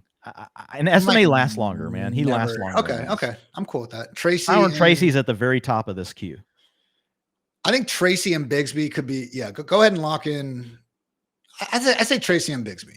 As much as I do like Mason, like I don't think if CMC gets hurt that they're like, all right, stay on the bench, Elijah Mitchell. We're going to feature Jordan Mason. I think Mason's done enough to maybe even be the 1A. He does look great. And the thing is with Mason, he's not even in view on the screen. Cool. Like there's a chance he comes back. We weren't getting Tyrone Tracy. I don't know how we had him grayed out. Tyrone Tracy is like right next to Kamani Vidal. Like I think he's clear cut the number 2 back on this team. We've seen Eric Gray for long enough, and Tyrone Tracy had already shown us he was taking that job over, and he got hurt. So I think as long as he's good to go, which it does sound like he should be by week 1, Tracy's the guy that like probably, going to get 25-30% snap share early in the season. And if Singletary does struggle, we're not saying that he will. Like there's definitely room for Tracy to take over a little bit more work. He's also an explosive playmaker. So if he ever does find himself on the field for an extended stretch, we know that he can catch passes out of the backfield. We've got an offense that really just has Malik Neighbors. Like I feel like Tyrone Tracy has quite a few outs like working for him. And it's not just an injury to Devin Singletary. Like Mason, you have to have an injury to Christian McCaffrey. Yeah. Now, if you get it and Elijah Mitchell gets hurt, in the first week of trying to fill in, which totally could happen, and Jordan Mason he's gonna ball. Tracy didn't play the rest of the preseason, did he? No, because of the injury. So the Singletary, right? Like I'm looking at it right now. Justin Pennick, who's with Talking Giants, said August 21st, Tyrone Tracy getting some run with the ones. That's post-injury, back at practice, still getting some work with the ones. And again, maybe it was, who knows what it could be. Guys can get reps with the ones in practice and stuff. But there was talk before the injury, Dwain, of Tracy legit getting like first team pass down work already. I think it probably makes more sense for Tracy to actually get 30% of the snaps and for Singletary not to be this 80-90% workhorse from day one. So I'll take that 8 days. And that's why, honestly, in the tiers, we've got Tracy above Bigsby, who we took first. Like, really, Tracy, technically, sorry, Tyrone Tracy, we're, again, trying to motivate you like Puka. That's all. Like, Tracy was the guy at the top of our list, and then Bigsby. By the way, Dwain, I have Bigsby and Jordan Mason is pretty close, but I like the upside of the 49ers offense more, but I still like the Jaguars offense. And to your point, I feel pretty comfortable that Bigsby's going to get that first shot. Can Eagles 2 just chill the hell out? Eagles 2 also what is his Fantasy Life reader. Almost certain of it. I like just any good draft we see. That guy must be subscribed to Fantasy Life. There's no other possible outcome to it. I'm totally kidding. I know. Kind of. Just a little bit. So, oh man. Hey, if Philly Special didn't have enough Eagles, he also added Jahan Dotson and Dallas Goedert to the squad. Just have to make sure. The Goddard pick is actually like no joke. The Goddard pick is actually no, he already took Njoku. So and there goes the first defense. Oh my goodness, fantastic. Man, Cole Kmet and Pat Freiermuth, I'm really just not drafting, and they've gone. This is the time of year, I'm sure you have a too, Dwayne, where like I'll have, still friends, but just guys that, you falling out of touch with for the most part, but you get kind of the one text per year, like, hey man, got the fantasy draft coming up. And I'm happy to, give them advice. Again, we give advice all day to people. We have no idea who they are, and that's fine. It's part of the job and everything. So like, yeah, hell yeah. I'll give, my old high school buddy some advice. But one of the things I always stress, for someone that really has no idea, I'm like, look, you're going to see people taking DSTs early. Don't do it. I don't care what they're doing. You are not going to do it. Don't worry about it. Don't worry about the stupid Yahoo grades afterwards. You take one one quarterback, one DST, and one kicker if you want to. I don't even go into the whole like don't draft the guys and worry about it later. Just take them at the end for the love of God. And then my one buddy was like, well, I got a head coach in our league and you get 3 points if they win. And I was like, all right, third to last round. Like, come on, put this together. Gabe Davis season in round 14, Adam Thielen before that. And that's what we're talking about with wide receivers at this point in the draft. Maybe Gabe Davis has a good year. We couldn't trust the guy when he had Josh Allen throwing him passes. So, yeah, I don't think Trevor Lawrence sucks by any stretch of the imagination. But look at that offense. Christian Kirk, Brian Thomas Jr., Evan Ingram. Like, if you want to take them in best ball, okay. But we're not playing best ball, Dwayne. We're playing redraft and just trying to wrap my mind around willingly starting Gabe Davis. I mean, that's the stuff nightmares are made of. Yeah, man. That is an absolute nightmare. You do not want to be trying to guess when to start Gabe Davis. You talk about one of the most frustrating experiences of your entire life. Life's too short for that shit, man. I don't need it. And I have no doubt he's going to give you 3 spike weeks this year. And guess what? He's not going to be in your lineup for any of them. By the way, sad news in the Hartitz household, Dwayne. The Broncos are expecting to move on from wide receiver Tim Patrick. What the hell? No, I saw that. He looked good. He was running with the ones. I mean, it's a good example that as much as preseason usage directionally is usually correct. Which is why we don't crank him way up in the ranks, right? Yeah. He just gets a little bump. He basically makes it into the rankings. There went Jalen Polk. That was another good pick. Go get him, Detroit. Please, for like the 3 best ball teams I drafted this summer with Patrick in round 18. It was a hell of a lot less than the last 2 summers, so I'll take some solace in that at least. I will say, like, there goes Dalton Schultz. I kind of put Schultz into a mini tier now behind, like, once Dallas Goedert is gone. Yeah. Like, it's kind of like, okay, guys, we wanted you to get Goddard, but there's one more chance here. It's a crowded offense, but at least it's CJ Stroud and we like the offense, you know? And then it's like, Taysom Hill. Go get Taysom Hill because, man, Pat Freiermuth, I don't want anymore. Cole Kmet, I don't want anymore. Hunter Henry's dealing with an injury right now. TJ Hawkins is going to miss the first half of the season. Luke Musgrave would be my next option, you know, because there is still some upside, a young player. But Tucker Kraft was getting so much work at the end of last season. Man, everybody taking 2 quarterbacks in this thing. And there goes Taysom Hill right there. So good pick for a guy that didn't have a tight end yet at this point. So Dalton Schultz, obviously, you know, made a bit of a fool of myself this time last year, you know, going hard in the paint on, you know, never draft Dalton Schultz, this and that. Now, Dwayne, he has gotten paid, but the weird thing is, like, he got that big contract. That was one of the reasons why I didn't like him. The Cowboys didn't keep him. The Texans only gave him like $5 million. Josh Oliver got freaking like 3 times as much money as Dalton Schultz. Yada, yada, yada. Ian was wrong. Okay. But look at now. He got the 3-year, $30 million plus contract. They still use what? A 3rd round pick on Cade Stover, Farmer Gronk, as we call him in, you know, Columbus, Ohio. And then, you know, also Brevin Jordan showing out, had that 70-yard touchdown in the playoffs, still a young player. I mean, we saw in the preseason game that Brevin was already getting some of these snaps. So even though Schultz really did have a nice first season in Houston, got that bigger contract, I do wonder if we look up in week 1, it's just like more of a committee than it was in the past. Enough of a committee where it's 60% of the routes instead of, you know, that magical 70% plus number. It's nothing against Schultz at this point. It's just like, man, Houston's got a low-key, pretty deep, you know, tight end room. Yeah, I could see it happening. I think the other range of outcomes, Eisenberg is not a fantasy life reader. Yeah, just took Brandon Aubrey. Sorry, rest in peace, Eisenberg. If you're gonna take a kicker, you know, it's probably him. But yeah, couldn't be me. Yeah.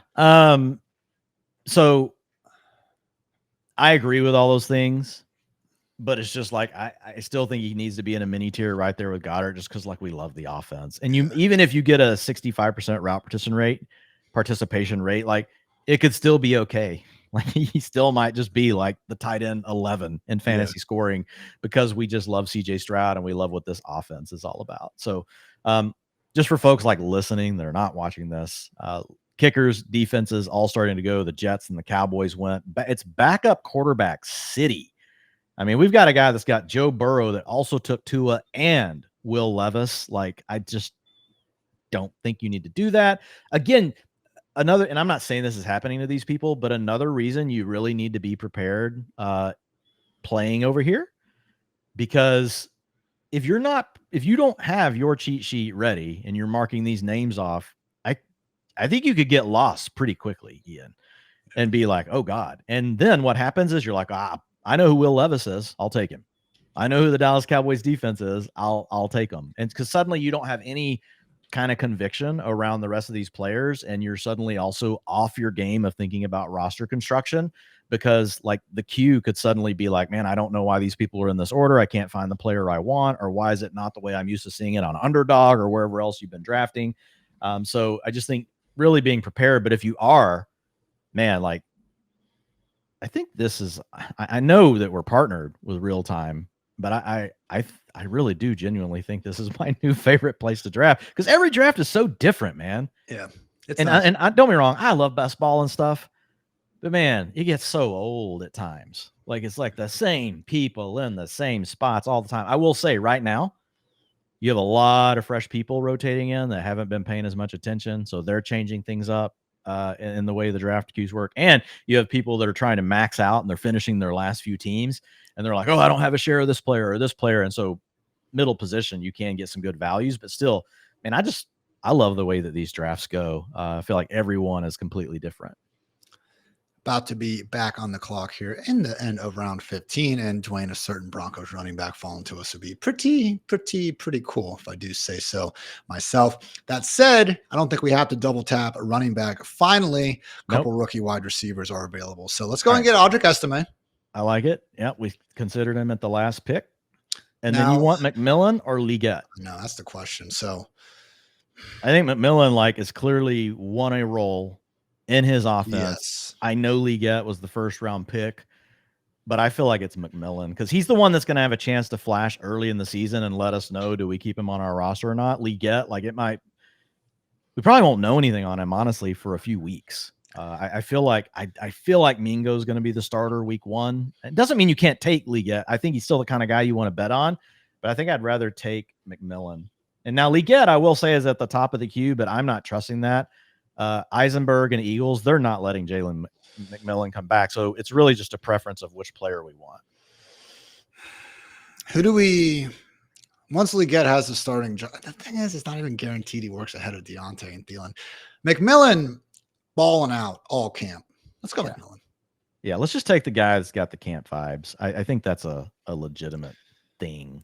It's round 16 as well, so we are going a little hard in the paint with the rookie wide receivers again. We got Malik Neighbors in round 3, Rome Odunze in round 8, and Jalen McMillan in round 16. But Dwayne, when there are two guys in Neighbors and Odunze who they're top freaking 9 picks, I think that helps things out a little bit. And then Jalen McMillan in round 16, still a day 2 guy. And as we found out in the last preseason game, again, not 100% success rate with the preseason snaps transitioning, but pretty damn good.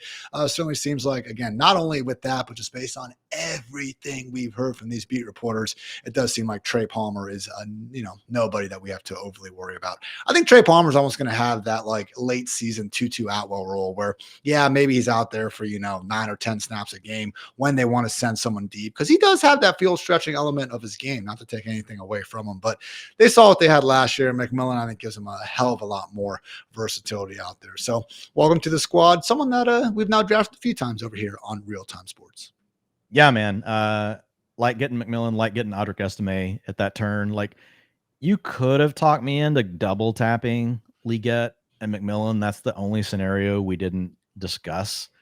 But the way I was looking at it is we discussed Estime at the last pick and he made it back. So it's kind of like, why we're willing to take him in the last pick. Why would we not just go ahead and take him now? No, Estime actually, I think there's a potential outcome where he works his way up and, becomes our RB2 at some point. I don't know. Yeah. Which we knew was going to happen. He was at the top of the queue. Yeah, he wasn't going to make it back. Yeah. There's still some other wide receivers. Pop Douglas getting back to us would be a pretty fun time. Yeah. And Luke McCaffrey, just it's a wide open depth chart. Yep. So I like him. Like he's the kind of name that like in this format, like I still like Cam Akers and Roshan Johnson at running back. Yeah. Andre Yoshevus, has at least been working with the starters in an offense we like, and Jermaine Burton played again with, all the backups in preseason. So right now I feel like Yoshevus has a pretty good handle on the starting role for the slot. It could change, obviously, right, over time. But if he plays well at the beginning of the season, he could just have the job all year. So like he's a guy that I would say we should definitely think about. I need to move him up, honestly, in the ranks. I mean, I've got him like up here in this range with like Jalen Tolbert and these other guys, Greg Dortch, but I think he should go higher than that just because we know that the Bengals they're willing to run 11 personnel like 80% of the time, which would basically make Yoshivas nearly a full-time player. So I feel like a player like him, job all wrapped up though. That's the problem. Well, I think there's really a good chance that he does though. I think there's a pretty good chance that he has it. Because he's rested with the starters every time. The one little look they gave to the starters, he played almost all the role in the snaps. Almost had all the snaps and routes. Rarely came off the field. So we can never say it's for like anything's foolproof. But like in round 17 and 18, like give me the Bengals young wide receiver. Just one beat reporter's opinion, but as I, Twitter search Trenton Irwin, which it really tells you when you're down bad in Fantasyland. Per Paul Denher Jr., Yoshi will soak up the majority of snaps alongside Chasing Higgins and 11 personnel. Now, expect them to rotate a small supporting cast through that spot among tight end Mike Gesicki, Charlie Jones, and even trusted Trenton Irwin at time, but Yoshi earned the wide receiver 3 role. How is Burton? There's not enough trust in Burton right now to put him on the field with Burrow. What the fuck does that mean? So, Well, I mean, look, I don't want to sound rude, but like, the down low on Burton is he's a knucklehead, Yeah. I mean, as my dad would say, Ian, you're a knucklehead. Allegedly falling asleep in meetings. In college. Yeah, so in college, I heard that. So yeah. And so all the talent in the world obviously was recruited to major programs, played for 2, but was, falling down teams' draft boards for a reason, some of it off the field stuff, but there was also some of these rumors, around, not the most focus.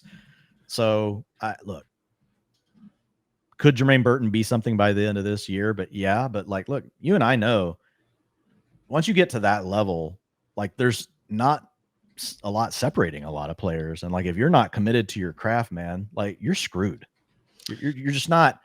We've seen it so many times now. Like talent is the number one indicator and we care about it the most. But like when you hear these kind of reports, like I take more heat in them than I used to. I don't like totally just take a guy off the board, but like when you're hearing those sort of things, and those were the sort of things that you heard before he got to the team, and then now you see him working like into the late second quarter in a game where literally they rested all their top backups. Even. Like the backups didn't even play, for the Bengals, and this dude's out here having to play a whole half. Like I'm like, okay, like that's enough. There's enough signal there that like I'm probably just out on Jermaine Burton this year, and if I'm wrong, I'm wrong, but I think there's a chance he doesn't take a snap all year. Like that's in his range of outcomes now. Was it Burton who's played on like 6 or 7 different teams in the last like 8 years or something crazy? Yeah. Not great. Not a great data point. Not ideal. Don't love that. Run on kickers going in round 16, which again, I just we won't even draft one. Take 2 of them. Go ahead, people. Here in round 16. Again, got our quarterback, number 1 overall pick. You guys might have heard of him. Caleb Williams in round 9. Running back room, hero RB status with Jonathan Taylor at the end of round 1. Got Zach Moss in round 7 when it was starting to get to the point where it's like, if we didn't take one there, I'm looking at the board right now. If we didn't take one there, we're looking at a clear backup. Like Chuba Hubbard would have been gone by the time it got back to us there. So really did need to go in with Zach Moss. And then, after that, round 10 through round 15, 5 straight running backs, Jalen Wright, Bucky Irving, Kamani Vidal, Tank Bigsby, Tyron Tracy, and Audric Estime. So actually 6 straight running backs, I should say. And guess what? We had the ability to do that because we went hard in the paint with wide receivers. Puka Nacua round 2, Malik Neighbors round 3, Jalen Waddle round 4, T. Higgins in round 6, and to top it all off, Roma Dunze in round 8. Also, shout out to Jalen McMillan in round 16. And Dwain also got a guy by the name of Trey McBride holding down the fort at tight end back in round 5. So still a few more picks, but overall, we feeling good? Oh, man, I love this team. And I really do like getting an elite tight end. Like when I look at some of these teams and what they're going to be dealing with trying to figure out who the hell to start at tight end, it's like, man, I don't want to deal with it. I don't want to deal with it, especially with the tiers that we have this year, and some of the guys that you can that you can draft. And I'm not saying you got to take one of the top 6, like I prefer it, or one of the top 7, but even just making sure you get one of Evan Ingram, Ferguson and Njoku, even if it's got to be Brock Bowers, like, But getting one of Laporta, Kelsey, McBride, or Andrews, man, just feels so optimal. And if you guys want to say, hey, Kincaid, Kittle, and Pitts should be in that range, fine. Like, I'm not gonna argue with it. Like, if Kincaid and Pitts run pure, like, we're gonna love them, as well. But they still kind of have to prove that they can fully put it all together, on the field versus what we've seen with some of these other guys. Running back, I see Cam Akers and Carson Steele. Yeah. What a time to be alive. And Deneric Prince ran ahead of Carson Steele in this last game. So I don't even know what to think about that one. I think just whatever, like draft one, and if it doesn't work, cut. What do you think about, do you think Miles Sanders is going to get cut? Wouldn't they have to eat some dead money? Let me look at his contract right now. I mean, could they trade him? It's kind of like the Khalil Herbert thing where, like, you look at their running back depth. I don't know if it makes sense that, like, do the Panthers really need, if they're not really saving money, if they cut them. But they have Blackshear, who they re-signed in the offseason, and they love him for special teams. But, so bro, it's just your third back. I'm looking at it now, though. Even cutting post June 1st, which obviously we are on. Okay, if they trade him, it works out better. If they trade him, they can save over $6 million. But if they cut him, they're only saving $200,000. And some team has to say yes to his $6 million. Yeah, and they're eating freaking $7.5 million in dead money. So Dalvin Cook off the board. There we go, round 17. So Aaron Rodgers. I was about to say, like, we might have to take a look at Aaron there. That's okay. Yeah, no, I mean, I would be willing to, like, at that point. There goes Fields too. Okay, that's okay. Well, yeah, whatever. I don't think there's a scenario. These players are going to get cut. Yeah, I don't think they're not all keeping these players. No, I don't think we need to mess around with a quarterback now. Rodgers, Fields, I could have done it, but Darnold, Baker, Bryce, we're never starting those guys. I think we take Akers and one of Luke McCaffrey or Yoshi Voss. What about Pop come back to running back? Oh, he already went. Oh. Yeah, I thought he went. Didn't he go? Pop went? Yeah, he went earlier this round. Tim Patrick still went. I didn't have it marked. You're good. What about Rashad Bateman? I don't mind him. I would honestly rather take the bet on Yoshi Voss, just a young player that we don't know for sure yet. But I think Akers is a pick. You think we're ever going to start 3 Bengals in the lineup, though? I mean, it's an offense we love. Yeah, not wrong. I don't think we're going to start. I mean, look, if it's, I don't know. My gut says Yoshi Voss. I'd like Yoshi Voss a lot more round 19, round 20. All right, so let's take Akers. We both agree on that. I'm cool with Akers. And then I'd like to put my foot down for the first time in the draft. No, wait, let's take Bateman. I'm good with it. Let's take Bateman. First round talent, the dude. I know he's been banged up. I'm good with it. Yeah. I mean, I have him ahead of. I mean, you could always just say, like, dude, you got him ahead of Yoshi Voss by like 10 spots in your ranks. Look at your own rankings, God damn it. But yeah, so with Bateman, I mean, hey, really didn't do anything to replace, I know people worry about Devontae Walker, who, last I read was even looking a little iffy to make the team out here. So it's going to be Andrews, going to be Zay Flowers. I get it. But man, there's a scenario where he works his way into 85, 90 targets out here. So Nelson Aguilar is the only competition. I mean, Bateman did have a nice little stretch at the end of last year. No production. I'm asking you guys to go watch the all 22 and just watch him running some routes, not getting the football. That's what we're basing this off of. But, I pulled it up a couple minutes ago. I mean, dude, he has never entered a season healthy. As a rookie, he had a groin issue in August. I put him on IR.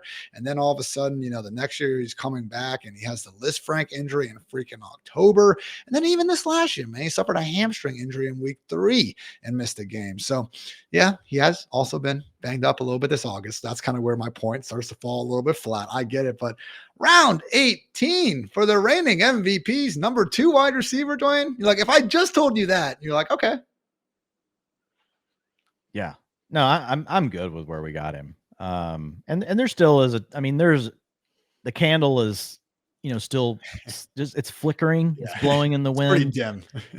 It's pretty dim, but Matt Harmon loves him. He does. And I think Matt Harmon is a super sharp dude, especially considering reception perception and all the work he does. And he says Bateman still has it. So I think like that's the best selling point is that Matt Harmon likes Rashad Bateman. So yeah, we're good. Rashad Bateman, come on down. Our 7th wide receiver on the squad. So is it likely that Bateman comes out here and starts? No. But man, there was some word, like early word going on in Ravens training camp, Dwayne. Like some, reporters were like, Bateman looks like the wide receiver one out here. So I firmly believe in my heart of hearts, Zay Flowers is the one. I think he's significantly better than Bateman, but they do play wide receiver differently. It could be a closer target discrepancy than maybe we're giving credit for. Because I mean, just saying, like last year, they did use OBJ and ended up being kind of split between, like, all right, how many targets do we think Bateman and OBJ combined for last year? Like that's kind of like what we're hoping for. What was it, 90? Man, I don't know. I don't know off the top of my head. Like neither one of them ever had a full-time role. Dude, it was 100. I don't know that. I don't even know if they got to 90. 110. That's surprising. 110. Okay. And Nelson Aguilar had another 45. So again, unlikely.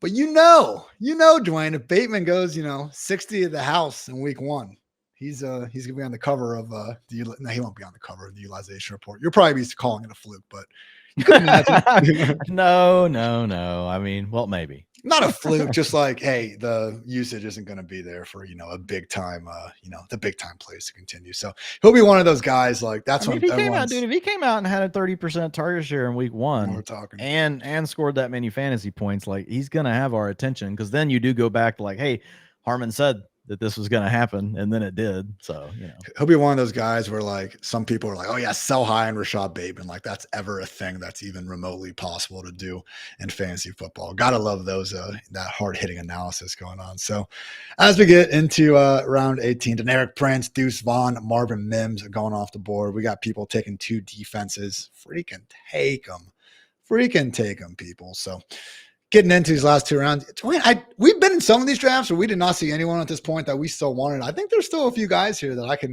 wrap my head around. Yeah, I still like Yoshi Voss. I don't know that we need another wide receiver, but like I would be fine with it. I have not been doing a good job of marking off the tight ends, but I saw Likely was there, so I put him in the queue just because, like, you're pure thinking upside. If something happened to Mark Andrews in week 2, how much would people love, Isaiah Likely? Yeah. Like we've seen him be a good enough player that like in that scenario, he would be one guy that like if Trey McBride missed a week, we'd be like for his bye, guys, he's not getting hurt. He missed a week for his bye week. Let me make sure they are different. Like I would feel good, putting Likely in there. So he's the kind of swing I like. I'm not completely, if you feel like there is a quarterback that you just want to carry a QB2, because these guys have taken so many, and I don't see us taking a defense or a kicker right now. So I think that puts QB back in play. But we've got Trey Sermon, Alexander Madison are the running backs that are there. Wan'Dale Robinson, also another wide receiver that's there. I was just trying to think through any of these names where you're like, man, like major news could like break their way. Drake May. Yeah, Drake May. Yeah. Add another rookie to the squad. We at least know he has the rushing upside, right? That we're looking for. I mean, and these guys are all taking. There's so many 2 defense. There's one. Well, there's 2. There's 2 double defenses. They did take the Eagles this time. I mean, they're just gonna probably cut that defense before too long, anyway. So, Sam Darnold. Yeah. No, we'll be good. We'll figure out we can figure out week 1 at defense easy. Is Sennett still there too? Do the Bears have an early bye? I feel like, dude, Sennett's still there too. Yeah, I think we take one of these young upside tight ends. I would take Sennett, honestly. I can't believe Sennett's there. I would take him over Likely. We're not looking for it for early in the season, but like, there goes Yoshivas. Okay. You might have already said that. Oh, no. We didn't get Andre Yoshivas. Oh, no. Oh, dude, you're going to, you know what you're setting yourself up for. I was like, yeah, I know. They're going to throw the ball 70% of the time in week 1. Dude's going to have 9 targets. It's going to have 800 yards and 6 touchdowns. Going to point me right back to the hour 43-minute mark of our draft together. Oh, my goodness. Hey, Yoshivas went to who? Eisenberg. Oh, gosh. Eisenberg got a little off track, though, I'm going to say. Going with Gabriel Davis, Brandon Aubrey. 49ers defense, fine. But then Clyde Edwards-Helaire and Deneric Prince. Well, he took both of the backs for the Chiefs. So he's basically waiting to see what news breaks here. Is there a running back you like here, or are you thinking this is Drake May and one of these tight ends? The interesting thought is Trey Sermon. Yeah, he just went. Yeah, no. He just went. Yeah. I think that's gonna be a no for me then. Pirine already went to, and then Madison just went. Someone else. Yeah. Pirine went? My guy CPAT? No. Yeah, he did. Pirine went. You're right. Carson Steele was the other name you mentioned earlier. Yeah, but Luke McCaffrey still sitting there. I was about to say McCaffrey was I was gonna have to. You like him over Yoshivas anyway? Yeah, and so do you because of your alleged ranks that we're looking at. Just saying. I'm just using these to throw you off. We're collaborating. Yeah, I think McCaffrey makes some sense here. That'd be the wide receiver that I think I'd be. And then would you rather carry the second quarterback or carry the second tight end?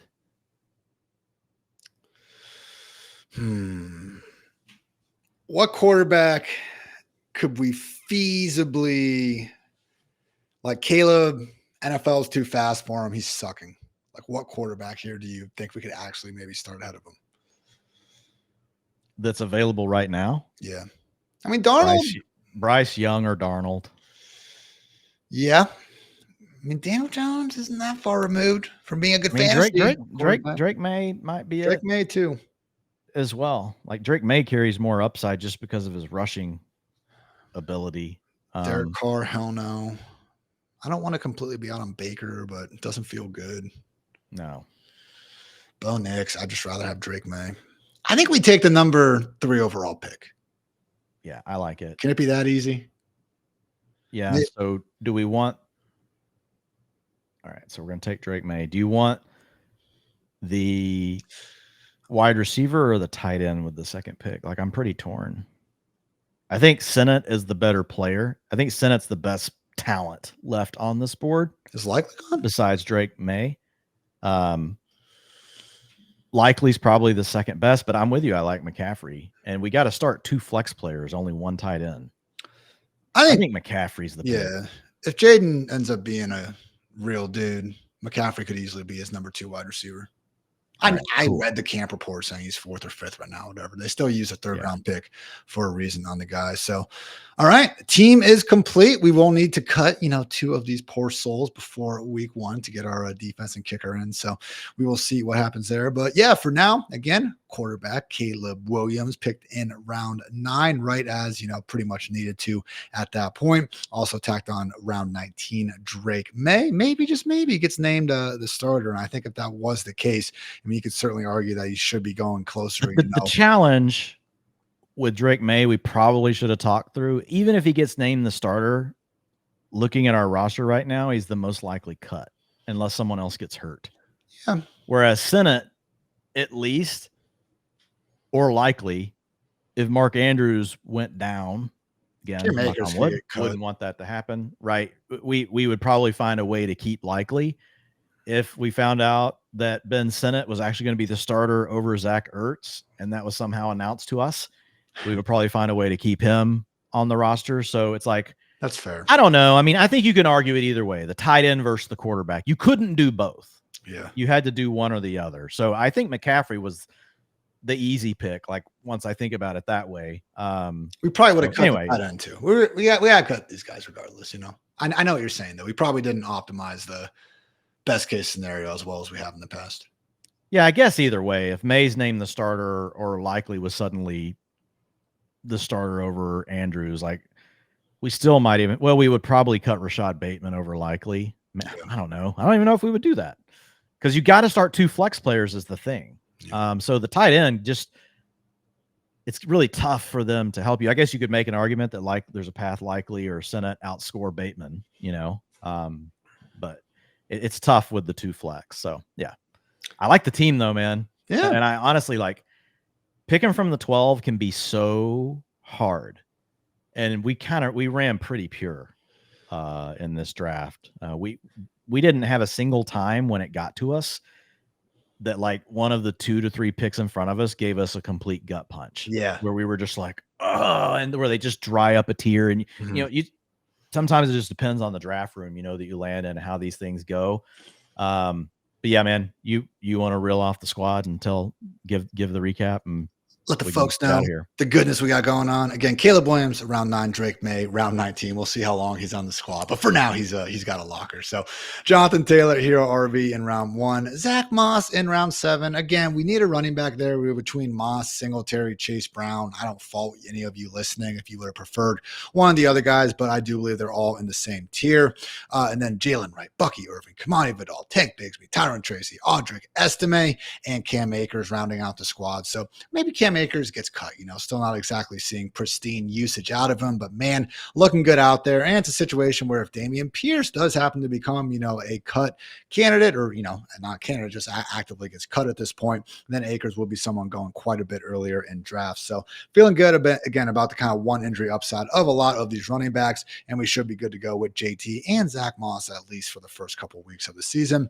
Wide receiver is strong. Puka Nacua, Malik Neighbors, Jalen Waddle, T. Higgins. I'm still going. Roma Dunze. Say those 5 names again real quick. Puka Nacua, Malik Neighbors, Jalen Waddle, T. Higgins, and Roma Dunze. God damn, I love it. So Jalen McMillan a little bit later in round 16. Because again, when you have those 5 guys through 8 rounds, you do not need to keep on keeping on. Got to fill out that running back room.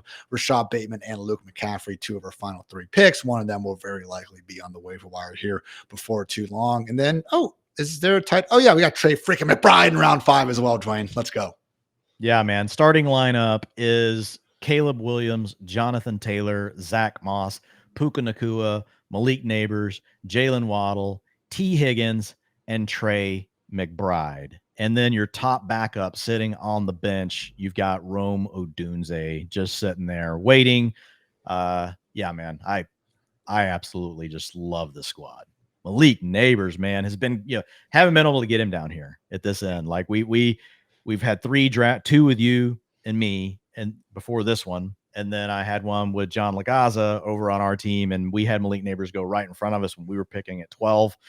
John's going to see this and see how well things went for us, and he's going to feel pretty sick about the draft he and I just had. It was still good.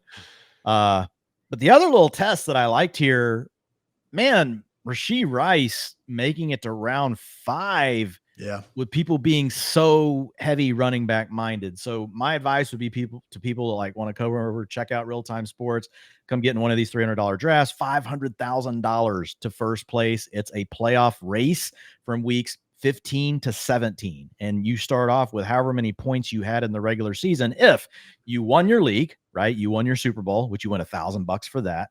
Or if you finished it with the top points, or the best head-to-head record. Now, you could be both of those things, right? You win the league and you've got one of those other things.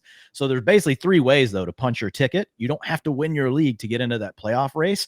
And that's that 3-week sprint, and your first score is your average for your season.